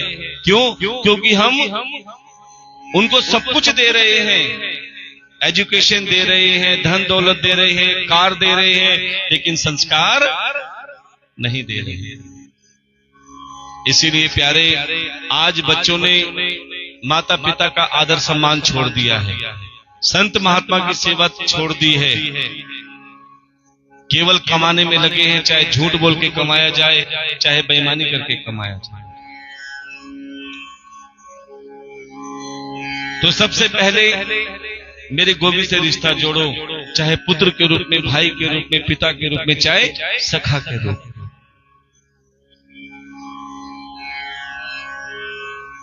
उसके बाद जब तुम इससे रिश्ता जोड़ोगे तो प्यारे मन में तुम्हारे एक भाव जगेगा कि हाँ मुझे इसकी सेवा करनी है। और जब तुम इसकी सेवा में लगोगे तो तुम्हारी भक्ति धीरे धीरे जागृत होनी चालू हो जाएगी। अब तक तो संसार के लिए कर रहे थे, जिसके लिए कर रहे थे प्यारे, वो तुम्हें धोखा देंगे, ये निश्चित रूप से ध्यान देना। कहते ना, हमें तो अपनों ने लूटा, गैरों में क्या दम था। ये कहावत झूठी नहीं है। हमें तो अपनों ने लूटा, गैरों में क्या दम था। रे गैर क्यों लूटेंगे? वो तो तुम्हें जानते भी नहीं। लूटने वाले कोई गैर नहीं प्यारे, लूटने वाले अपने ही होते हैं। लेकिन तुमने अपनों को गलत बना लिया, संसार को अपना बनाओगे तो धोखा खाओगे। इसलिए प्यारे मेरे गोविंद को अपना बना लेना, तो तुम्हारी धीरे धीरे भक्ति जागृत हो जाएगी। तुम्हें लगेगा कि संसार में परमात्मा के सिवा मेरा कोई नहीं है, सब स्वार्थ का रिश्ता है। जब तक तुम्हारे पास धन दौलत है, दूर का रिश्तेदार भी कहेगा कि मैं तुम्हारा दूर का रिश्तेदार हूं। और जब तुम्हारे पास संकट आएगा, विपत्ति आएगी, धन दौलत छिन जाएगी, तो दूर का तो पता नहीं प्यारे, अपने भी साथ छोड़ने में देर नहीं लगाए। तब तुम्हें ग से ज्ञान आ जाएगा कि मैंने पूरी जिंदगी संसार को अपना माना, लेकिन गोविंद के सिवा तो मेरा कोई है ही नहीं, ये ज्ञान है। ऐसा कौन सा ज्ञान हो जिससे भगवान तुम्हारे वश में हो जाए? और वो ज्ञान किसको था प्यारे? वो ज्ञान था गोपियों को। गोपियों के उंगली के इशारे पर नाचते थे कन्हैया, लेकिन गोपियां ज्ञानी नहीं थी। बड़े ध्यान से सुनना, उद्धव जैसे ज्ञानी भी गोपियों के पास में ज्ञान का पाठ पढ़ाने आए, 27 दिन तक बीच में रहे, लेकिन फिर भी गोपियों को ज्ञान नहीं दे पाए। लेकिन गोपियों ने उद्धव जी को ही ज्ञान दे दिया। वो ज्ञान कौन सा था? आपको चाहिए ना वो ज्ञान? किस किस को चाहिए? जो कन्हैया भी आपके वश में हो जाएं, जैसे गोपियों के वश में थे। तो प्यारे वो ज्ञान कौन सा है? मेरे पीछे पीछे बोलना पड़ेगा। बोलो कन्हैया, थोड़ा और धीरे बोलो। बोलो कन्हैया, हम तुम्हारे हैं और तुम सिर्फ इतना ज्ञान। देखो, गोपियों ने कोई शास्त्र नहीं पढ़े, कोई वेद नहीं पढ़े, लेकिन विश्वास था कि कन्हैया हम तुम्हारे हैं और तुम हमारे हो, बस इतना ज्ञान है। जिस समय तुम्हारे अंदर ये ज्ञान आ गया कि कन्हैया हम तुम्हारे हैं और तुम हमारे हो, तो मेरा ठाकुर हमेशा के लिए तुम्हारा बन जाएगा। लेकिन तुम्हें कहना पड़ेगा क्या? हम तुम्हारे थे प्रभु जी, हम तुम्हारे हैं, हम तुम्हारे थे प्रभु जी, हम तुम्हारे हैं, हम तुम्हारे ही रहेंगे ओ मेरे प्रियतम। बोलो ना, हम तुम्हारे थे प्रभु जी, हम तुम्हारे हैं, हम तुम्हारे ही रहेंगे ओ मेरे प्रियतम। और प्यारे कन्हैया भी जब सुनेगा ना तो यही कहेगा, तुम हमारे थे प्रभु जी, तुम हमारे हो, तुम हमारे ही रहोगे ओ मेरे प्रियतम। बोलो ना, तुम हमारे थे प्रभु जी, तुम हमारे हो, तुम हमारे ही रहोगे ओ मेरे प्रियतम। और प्यारे, जब कन्हैया से तुम्हारे तार मिल जाएंगे तो समझना तुम्हारे अंदर भी वो ज्ञान आ गया जो कन्हैया तुम्हारी बात माने। सिर्फ ये विश्वास हो कि कन्हैया हम तुम्हारे हैं और तुम हमारे हैं। और जब ग से ज्ञान आ गया तो वैसे वैराग भी हो जाएगा। वैराग कहते हैं जिससे उम्मीद टूट जाती है। जिससे उम्मीद होती है वो तुम्हारा काम नहीं करता तो क्या कहते हो? अरे ये हमारा काम नहीं कर रहा। बेटों से उम्मीद होती है कि वो हमारी सेवा करेंगे, लेकिन जब बेटे सेवा नहीं करते तो उम्मीद टूट जाती है। अरे इससे अच्छा तो हमारे ठाकुर जी हैं, इनकी सेवा कर लेते तो ये हमारा साथ देते। और जब वैसे वैराग्य हो जाता है तो विश्वास मानना तुरंत मुक्ति मिल जाती है जीते जी। दो चीजें हो गई ना, एक संसार से उम्मीद छोड़ दो, अगर सुखी रहना है भगवान को पाना है।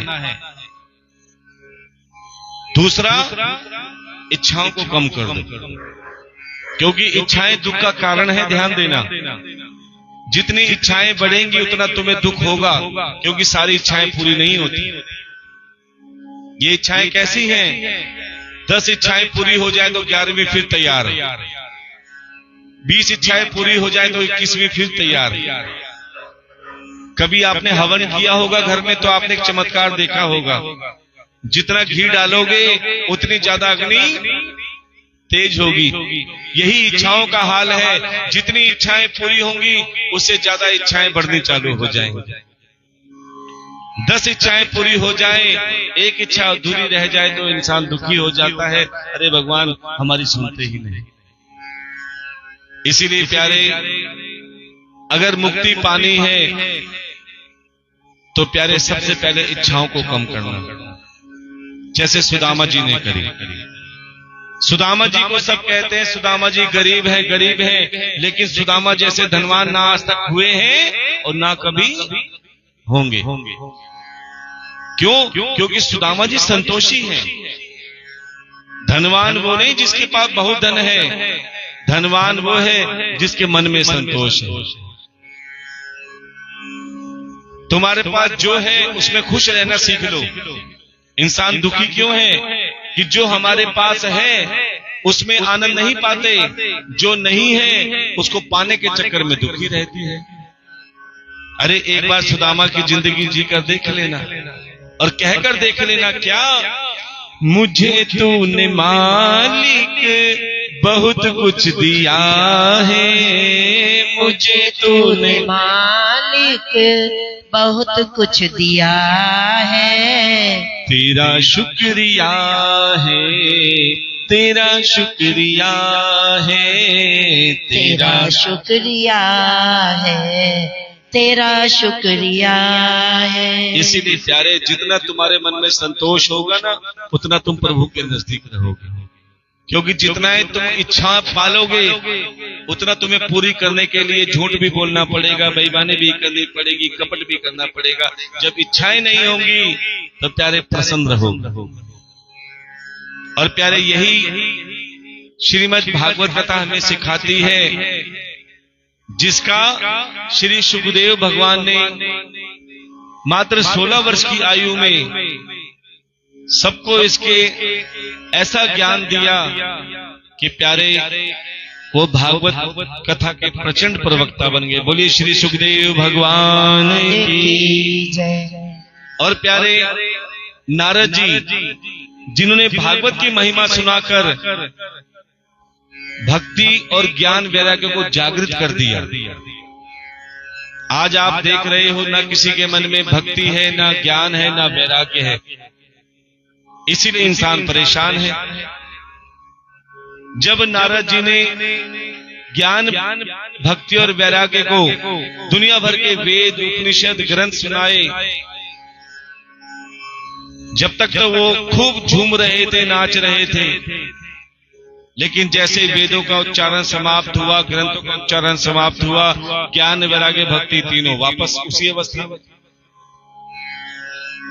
तब नारद जी बद्री का आश्रम गए और बद्री का आश्रम जाकर सनकादिक ऋषियों से मिले।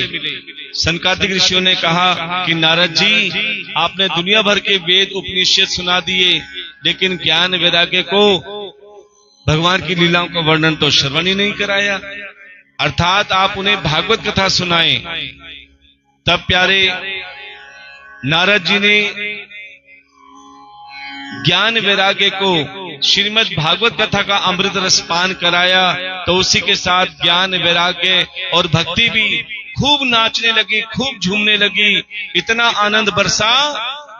तब ज्ञान, वैराग्य, भक्ति कहने लगे, नारद जी एक बात बताओ, इस कथा को सुनकर किस किस का उद्धार हुआ?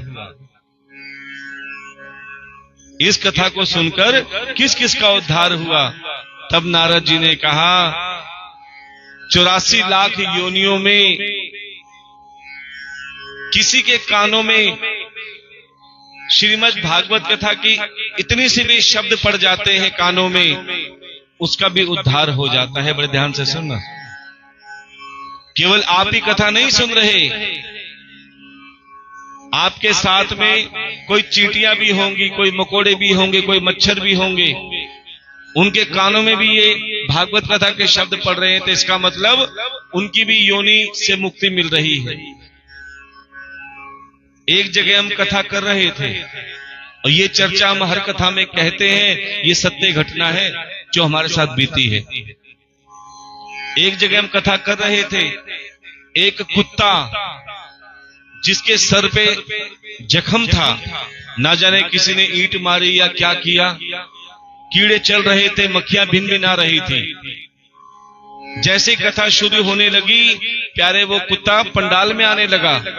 सब के सब उस कुत्ते को भगा रहे थे। तब हमने कहा इसे मत रोको, इसे आने दो।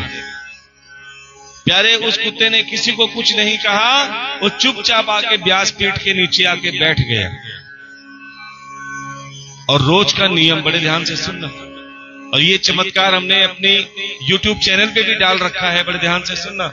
जब परिक्रमा होती है ना, तो मोहल्ले के कई पशु, कई बार गौ माता भी परिक्रमा करते दिखाई देगी हमारे चैनल पर। कई बार कोई बिल्ली, कोई कुत्ता, सबके साथ में परिक्रमा करते दिखाई देंगे। क्यों? क्योंकि वो अपनी योनि सुधार रहे हैं, अपनी योनि का भुगतान तो कर ही रहे हैं, कर्मों का भुगतान। लेकिन इसी के साथ साथ प्यारे वो परिक्रमा करके, कथा सुन के अपना जीवन धन्य कर रहे हैं। अब जैसे ही वो कुत्ता रोज आके कथा सुनता, एक दिन नहीं पूरे प्यारे 7 दिन की कथा उसने व्यासपीठ पे बैठकर सुनी। जैसी कथा आरंभ होने वाली होती, वो आता और बैठ जाता, कथा विश्राम होती, वो चला जाता। लेकिन चमत्कार हुआ, जैसे ही 7वें दिन की कथा में सबने उसका आना तो देखा, लेकिन कथा विश्राम हुई, कथा समाप्त हुई, लेकिन उसने जाना किसी ने नहीं देखा। क्योंकि जैसे ही 7वें दिन की कथा का विश्राम हुआ, प्यारे उसकी मृत्यु हो गई व्यासपीठ के नीचे। और हम कहते हैं प्यारे उसकी मृत्यु नहीं, उसकी मुक्ति हो गई, क्योंकि वो अपनी मुक्ति का साधन देखने के लिए आया था। इसीलिए हम कहते हैं प्यारे आप जीते जी तो मुक्त हो जाओ। कहते हैं जिसे कथा सुनकर जिसकी इच्छाएं कम हो गई, जिसकी कथा सुनकर संसार से उम्मीद खत्म हो गई कि प्यारे हम किसके भरोसे जाएं, किसके भरोसे कार्य करें, जब करने कराने वाला तो ये है। इंसान दुखी क्यों है? क्योंकि अपने घर की गाड़ी खुद चलाने में लगा है, हमेशा परेशान रहता है। इसीलिए हम कहते हैं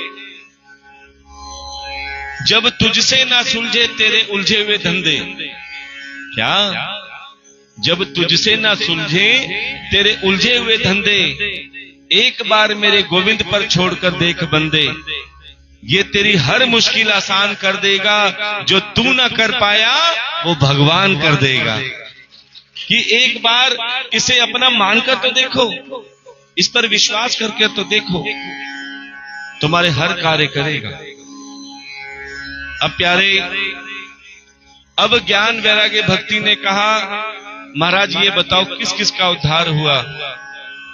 बोले इस कथा को सुनकर 84 लाख योनियां तो बात की बात है, प्रेतों का भी उद्धार कर देती है कथा।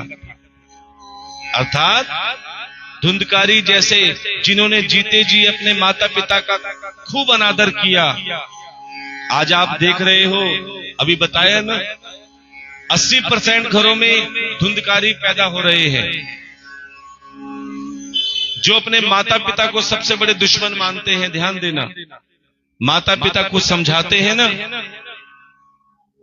वो अपने माता पिता से बैर बांध लेते हैं कि मेरी तरक्की से देखकर जलते हैं, तुम्हें कुछ पता ही नहीं, तुम्हें कुछ ज्ञान। अरे उंगली पकड़ के चलना सिखाया किसने? माता पिता ने। आज सब कुछ किया माता पिता ने, आज वही बुरे बन रहे हैं। अपने कौन बन रहे हैं? जो बाहर वाले हैं ना, इनकी बात ज्यादा मानते हैं और प्यारे घर वालों की बात नहीं मानते। इसमें गलती किसकी है? प्यारे माता पिता की गलती है। बड़े ध्यान से सुनना। इसीलिए कहते हैं प्यारे, भक्ति की सबसे अच्छी उम्र कौन सी होती है? भक्ति की सबसे अच्छी उम्र होती है बचपन की। बचपन में भक्ति अमृत के समान है, जवानी में दूध घी के समान है, और बुढ़ापे में केवल पानी के समान है। बड़े ध्यान से सुनना। जो बच्चा 15 मिनट में भक्ति कर लेता है ना, खेलते हुए कूदते हुए खेलता रहेगा, 10 बातें कानों में जाएंगी, अगर एक बात भी दिमाग में बैठ गई संतों की, तो वो बच्चे तुम्हारा बुढ़ापा सुधार देंगे। क्यों? क्योंकि तूने अपने बच्चों को सत्संग से जोड़ा है, संतों से जोड़ा है, कथा से जोड़ा है। लेकिन आजकल के माता पिता अपने बच्चों को कथा में लाते ही नहीं है, सेवा क्या होती है बताते ही नहीं है। क्या करते हैं, बच्चों ने 10 मांगे 50 रुपए दे दिए, ले बेटा मजे ले। बच्चों ने 50 मांगे, ले बेटा 100 रुपए। बच्चों ने 100 मांगे, ले बेटा 500 रुपए। पैसों की कोई कमी नहीं है। पिताजी के पास बटनों वाला फोन, बेटे ने कह दिया पिताजी मुझे 50,000 का स्मार्टफोन चाहिए, चाहे लोन लेना पड़े, कर्जा करना पड़े, बेटे को दिलाते हैं। अब वही 50,000 का फोन लेकर बेटे क्या 12 बजे तक, 1 बजे तक, 2 बजे तक लगे रहते हैं मोबाइल में। माता पिता की हिम्मत नहीं जो बच्चे से पूछ ले कि तुम क्या देख रहे हो। अभी कुछ समय पहले की बात बताएं, एक 14-15 साल का बच्चा, ये सच्ची घटना है, स्कूल जाने की तैयारी थी, वो स्कूल टाइम के अंदर मोबाइल में गेम खेल रहा था। मां ने कहा बेटा देर हो रही है, स्कूल चला जा, स्कूल चला जा, लेकिन वो सुनने को तैयार नहीं, क्योंकि मोबाइल हाथ में था, गेम खेल रहा था। बस एक गलती कर दी मां ने। क्या गलती कर दी, बेटे से वो मोबाइल छीन लिया। मां के लिए कोई बड़ी बात नहीं थी, उसका खुद का बेटा था, उसका हक था, लेकिन उसे नहीं पता बेटे के सिर पे क्या सवार हो गया है। प्यारे, मां ने मोबाइल छीना और चुपचाप रसोई में गई और सब्जी काटने लगी। 14-15 साल का जो बेटा स्कूल जाने की जिद कर रहा था ना जाने की, उसको इतना क्रोध आया, इतना गुस्सा आया, क्योंकि मां ने मोबाइल छीन लिया। अंदर गया, इतना मोटा डंडा उठाया और मां के सर पे धड़ाधड़ मारना चालू कर दिया। जब तक मारता रहा जब तक मां की मृत्यु नहीं हो गई। जब मां लहूलुहान अवस्था में मर गई, बेटे को जरा सी भी दया नहीं आई। मां इधर तड़प रही है, बेटे ने मोबाइल लिया और फिर गेम खेलनी चालू कर दी। आजकल मोबाइल बच्चों के सिर पर इतना हावी हो गया है कि प्यारे, इसके आगे वो किसी को कुछ नहीं समझते। और एक कड़वी बात बताएं, बच्चे तो बच्चे, बड़े भी पीछे नहीं है। इतना बड़ा मकान है, गिनती के 5 जने घर में रहते हैं, सब के सब मोबाइल में लगे रहते हैं। आजकल भाई को भाई से बात करने का समय नहीं है। सामने बैठे हैं, पिता पुत्र बैठे हैं, पिता पलंग पे बैठा है, बेटा सोफे पे टांग खड़ी करके फट दे की मोबाइल में लगा है, धर्मपत्नी अपने सोफे पे लगी है। आपस में बात नहीं होती, सब मोबाइल में दूसरों से बात कर रहे हैं, उसमें आनंद मना रहे हैं। तो सोचो उस घर में भागवत कथा होगी या महाभारत होगी? क्या होगी? इसीलिए, क्योंकि आज धन सबके पास है लेकिन मन किसी के पास नहीं है। आपस में मन नहीं मिल रहे। क्यों? क्योंकि संतों से दूर है, कथा से दूर है। इसीलिए कहते हैं प्यारे, समय बहुत विकट आने वाला है। अगर आप चाहते हो कि आपका बुढ़ापा सुधर जाए तो अपने बच्चों को सत्संग से जोड़ लो, अपने बच्चों को सेवा से जोड़ लो, अपने बच्चों को कथा से जोड़ लो। और प्यारे, उसी धुंधकारी जो कि एक महात्मा का दिया हुआ फल ना खाने के कारण हुआ। आत्मदेव, जिसकी पत्नी का नाम था धुंधली, जो अपने पति से रोज कलेश करती थी। कहते हैं जिस घर में कलेश होता है उस घर में कभी बरकत नहीं होती।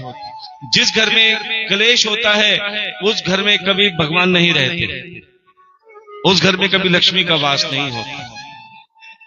प्यारे, उसी धुंधली के कलेश के कारण आत्मदेव आत्महत्या करने के लिए जंगल में निकल पड़े।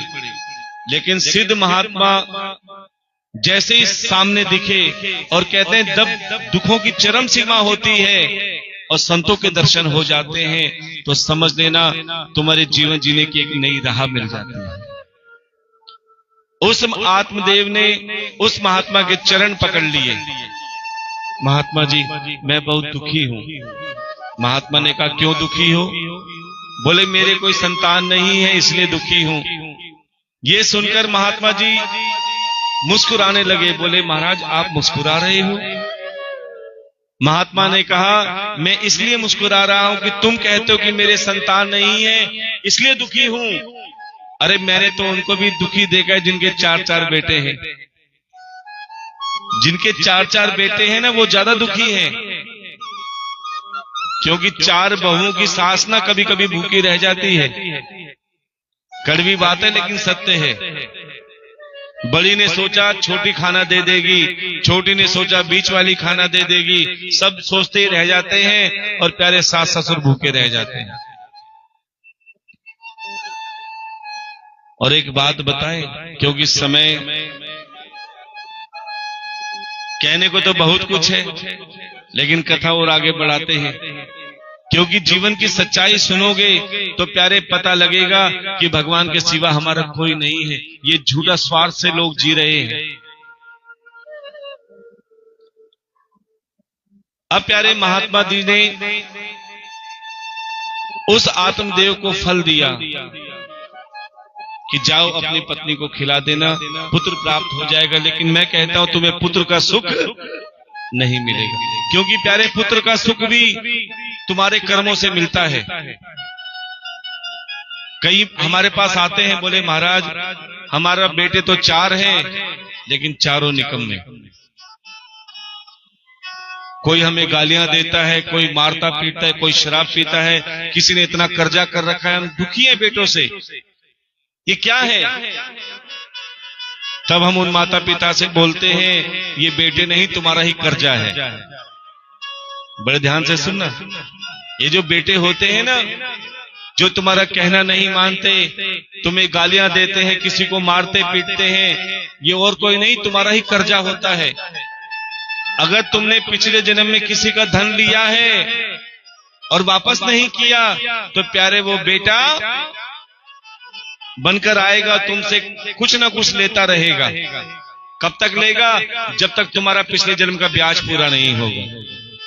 अगर तुमने किसी को कष्ट पहुंचाया है पिछले जन्म में तो प्यारे वो बेटा बनकर आएगा, तुम्हें कष्ट पहुंचाएगा, गाली देगा, मारपीट करेगा, शराब पिएगा, कलेश करेगा। क्यों? क्योंकि तुम्हें तुम्हारे कर्मों का फल लौटकर आया है ब्याज समेत। और कईयों के श्रवण कुमार भी होते हैं, ध्यान देना, वो श्रवण कुमार भी कर्जा होता है। अगर तुमने अपने माता पिता की सेवा की है दिल से तो प्यारे वो श्रवण कुमार बन के आएगा और तुम्हारी भी सेवा करेगा। ये कर्जा होता है। इसीलिए कहते हैं प्यारे, अपने सबसे पहले चाहते हो भविष्य सुधारना तो आज सुधार लो। आज ही अपने कर्मों को सुधार कर लो। ये मत सोचो कि कोई नहीं देख रहा, जो मर्जी करो। जब इंसान पाप करता है ना, इधर देखता है कोई देख तो नहीं रहा, इधर देखता है कोई देख तो नहीं रहा, आगे पीछे देखता है कोई देख तो नहीं रहा, लेकिन प्यारे ऊपर देखना भूल जाता है। आपका कैमरा ऑफलाइन हो सकता है लेकिन मेरे ठाकुर का कैमरा हमेशा ऑनलाइन रहता है कि क्या तुम सत्कर्म कर रहे हो, क्या पाप कर रहे हो। उस टाइम तो इंसान खुश हो जाता है कि हाँ हमने उसको बेवकूफ बना के धन ले लिया, लेकिन प्यारे उसका कई गुना तुम्हें तुम्हारे बच्चों को भुगतना पड़ेगा। एक होटल में लिखा था आप खाओगे बिल आपके पोते भरेंगे। क्या लिखा था? आप खाओगे बिल आपके। आज कहीं ऐसा होटल है? आजकल तो पहले पैसे जमा कराते हैं, लेकिन जब उस होटल में देखा कि आप खाओगे बिल आपके पोते भरेंगे, एक व्यक्ति बड़ा खुश हुआ, ओहो हो ऐसा होटल, हम खाएंगे बिल कौन भरेंगे? हमारे पोते। गया होटल में, खूब सारा ऑर्डर किया, कौन सा बिल देना था, खूब सारा ऑर्डर किया और खूब सारा खाया। और प्यारे जैसे ही खाकर मुंह पहुंच के जाने लग रहा था तभी मालिक ने, होटल के मालिक ने बिल सामने रख दिया। अरे ये कैसा बिल? तुमने तो लिख रखा है कि आप खाओगे बिल आपके पोते भरेंगे। बोले बिल्कुल सही लिखा है। बोले तो ये बिल? बोले ये बिल आपका नहीं है, आपके दादाजी खाकर गए थे, ये वो बिल है। तो सज्जनों, कहने का भाव क्या है कि आप जो कर्म करते हो उसका भुगतान आपके बच्चों को करना पड़ता है। अगर आपने किसी के साथ बेईमानी की है, किसी को कष्ट पहुंचाया है, तो प्यारे उसका भुगतान दुख के रूप में आपके बच्चे करेंगे, आपके पोते करेंगे, आपका परिवार करेगा। अगर आपने किसी की सेवा की है, अगर तुमने किसी की सहायता करी है, किसी को अन्नदान किया है, किसी को जलदान दिया है, तो समझ लेना आपने आम का बीज बो दिया है। और जब आम का बीज बोओगे तो प्यारे आज नहीं तो कल उसमें आम जरूर आएंगे, और इतने आम आएंगे कि आपके बच्चे क्या, आपकी पीढ़ियां भी तर जाएंगी। इसीलिए प्यारे हम कहते हैं, आप भागवत कथा रूपी खेत में आओ, सत्संग रूपी बीज डालो और सेवा रूपी पानी से सींचो। और जब आप इस संत समागम से जुड़ जाओगे, अर्थात कथा से जुड़ जाओगे, अपना तन मन धन प्रभु को अर्पण कर दोगे, फिर चमत्कार देख ले। और ये मैं नहीं, ये तुम्हारी आरती कहती है। क्या? तन मन धन सब है, पर तुम्हें भागवत कथा में बुलाते हैं कि प्यारे जो जिंदगी भर नहीं कर पाए, ये 7 दिनों में कर लेना। जो जिंदगी भर सेवा नहीं कर पाए, तो किसी न किसी रूप में भागवत कथा की सेवाएं होती हैं। प्यारे उस ज्ञान की गंगा के साथ सेवा की गंगा में भी स्नान कर लेना, तुम्हारा उद्धार निश्चित रूप से हो जाएगा। ये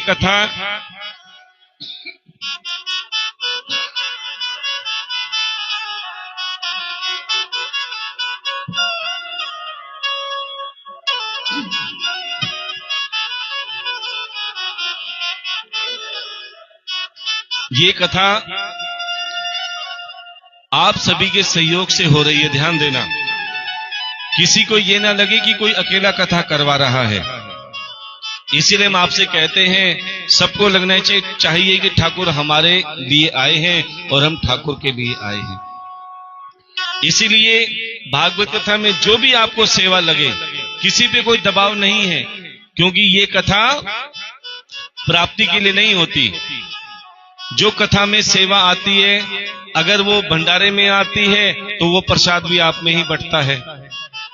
वो कथा कन्यादान में अगर सेवा आती है तो आप, हमारा YouTube चैनल है शिखर भागवत चैनल, क्या नाम है? क्योंकि जो भी कथा हो रही है, ये आपके साथ में हजारों भक्त अपने घर बैठकर इसका सीधा प्रसारण देख रहे हैं और उसके साथ सेवा में भी जुड़े हैं। बोले महाराज जी, आप अगर सनातन धर्म को आगे बढ़ाने में लगे हैं, सेवा को आगे कर रहे हैं, तो हम भी आपके साथ हैं। तो आप भी शिखर भागवत चैनल जरूर सब्सक्राइब करें। देखो, ये इतना बड़ा कथा तो नहीं है, लेकिन हम कहते हैं कृपा बहुत बड़ी है। क्योंकि बड़ी बड़ी कथाओं में आपने देखा होगा, क्योंकि आप सब जाते हो ना बड़ी बड़ी कथाओं में, सबसे पहले आगे होते हैं वीआईपी, वीवीआईपी, उसके बाद वीआईपी, और उसके बाद आगे जनरल, हरी पट्टी में जो बैठते हैं ना। अब आगे क्या, बड़े बड़े एसी, बड़े बड़े कूलर लगते हैं, बड़े बड़े झूमर लगते हैं, उच्चारण होते हैं। 1 लाख रुपया गुप्ता जी ने दिया, 1 लाख रुपए, 51,000 रुपए त्यागी जी ने दिए, फलाने ने इतना दिया, फलाने ने उतना दिया। ये क्या, ये भगवान को नहीं दिखाते, ये संसार को दिखाते कि हम कितने धनवान हैं। और जो इतने मोटे मोटे दान सेवा करते हैं ना, उनके लिए स्पेशल व्यवस्था होती है, बड़े बड़े सोफे लगाए जाते हैं। केवल वही व्यासपीठ पे आ सकते हैं। ध्यान देना, एक बात बताएं आपको, जो व्यासपीठ पे आना चाहते हैं ना छोटे छोटे भक्त, वो व्यासपीठ तक तो पहुंच ही नहीं पाते, व्यास जी तक तो पहुंच ही नहीं पाते। अच्छा, आपको वीआईपी की फुल फॉर्म बताएं?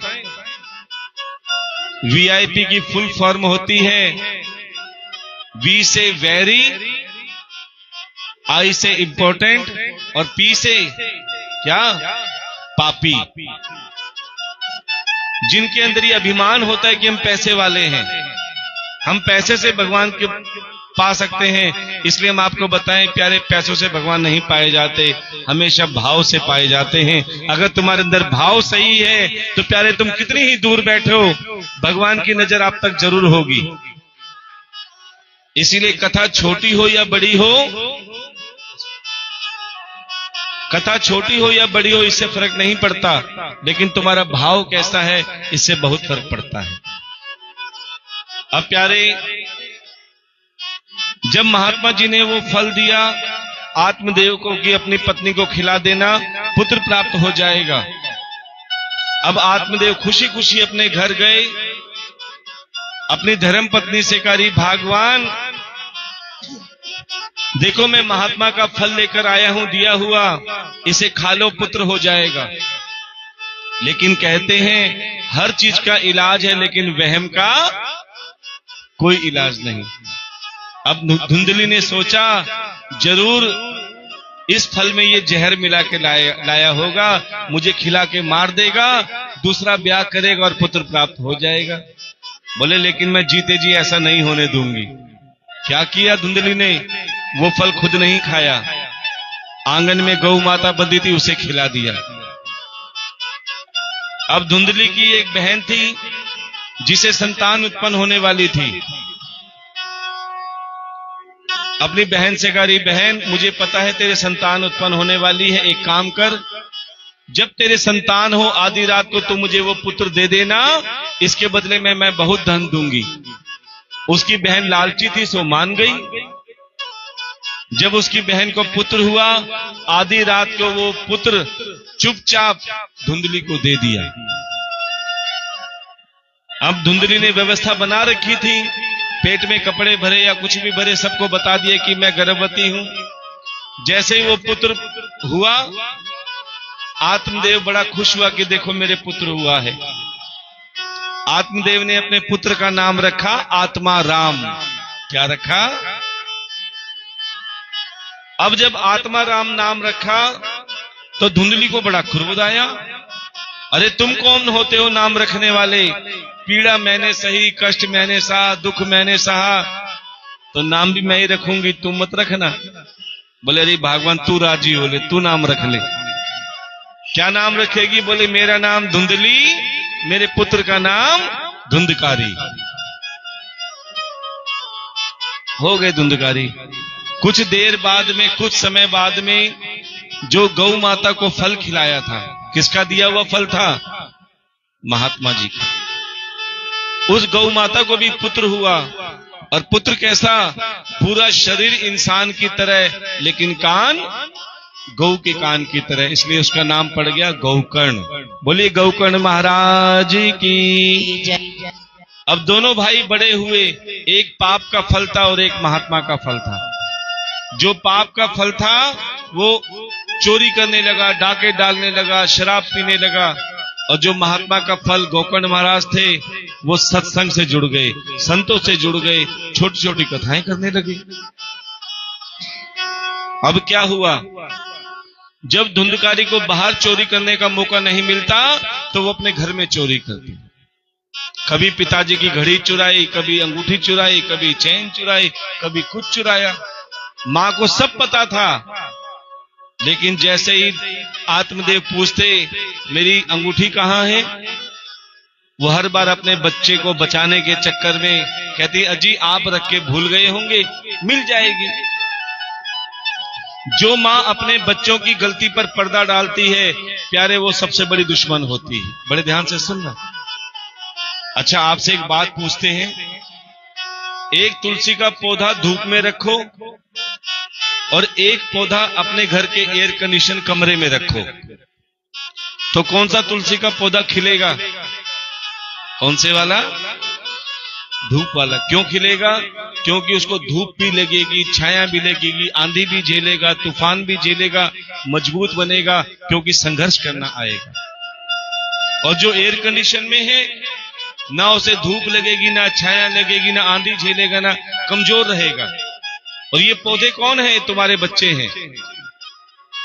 जिन बच्चों को तुम संघर्ष करना सिखाओगे प्यारे, वो मजबूत बनेंगे।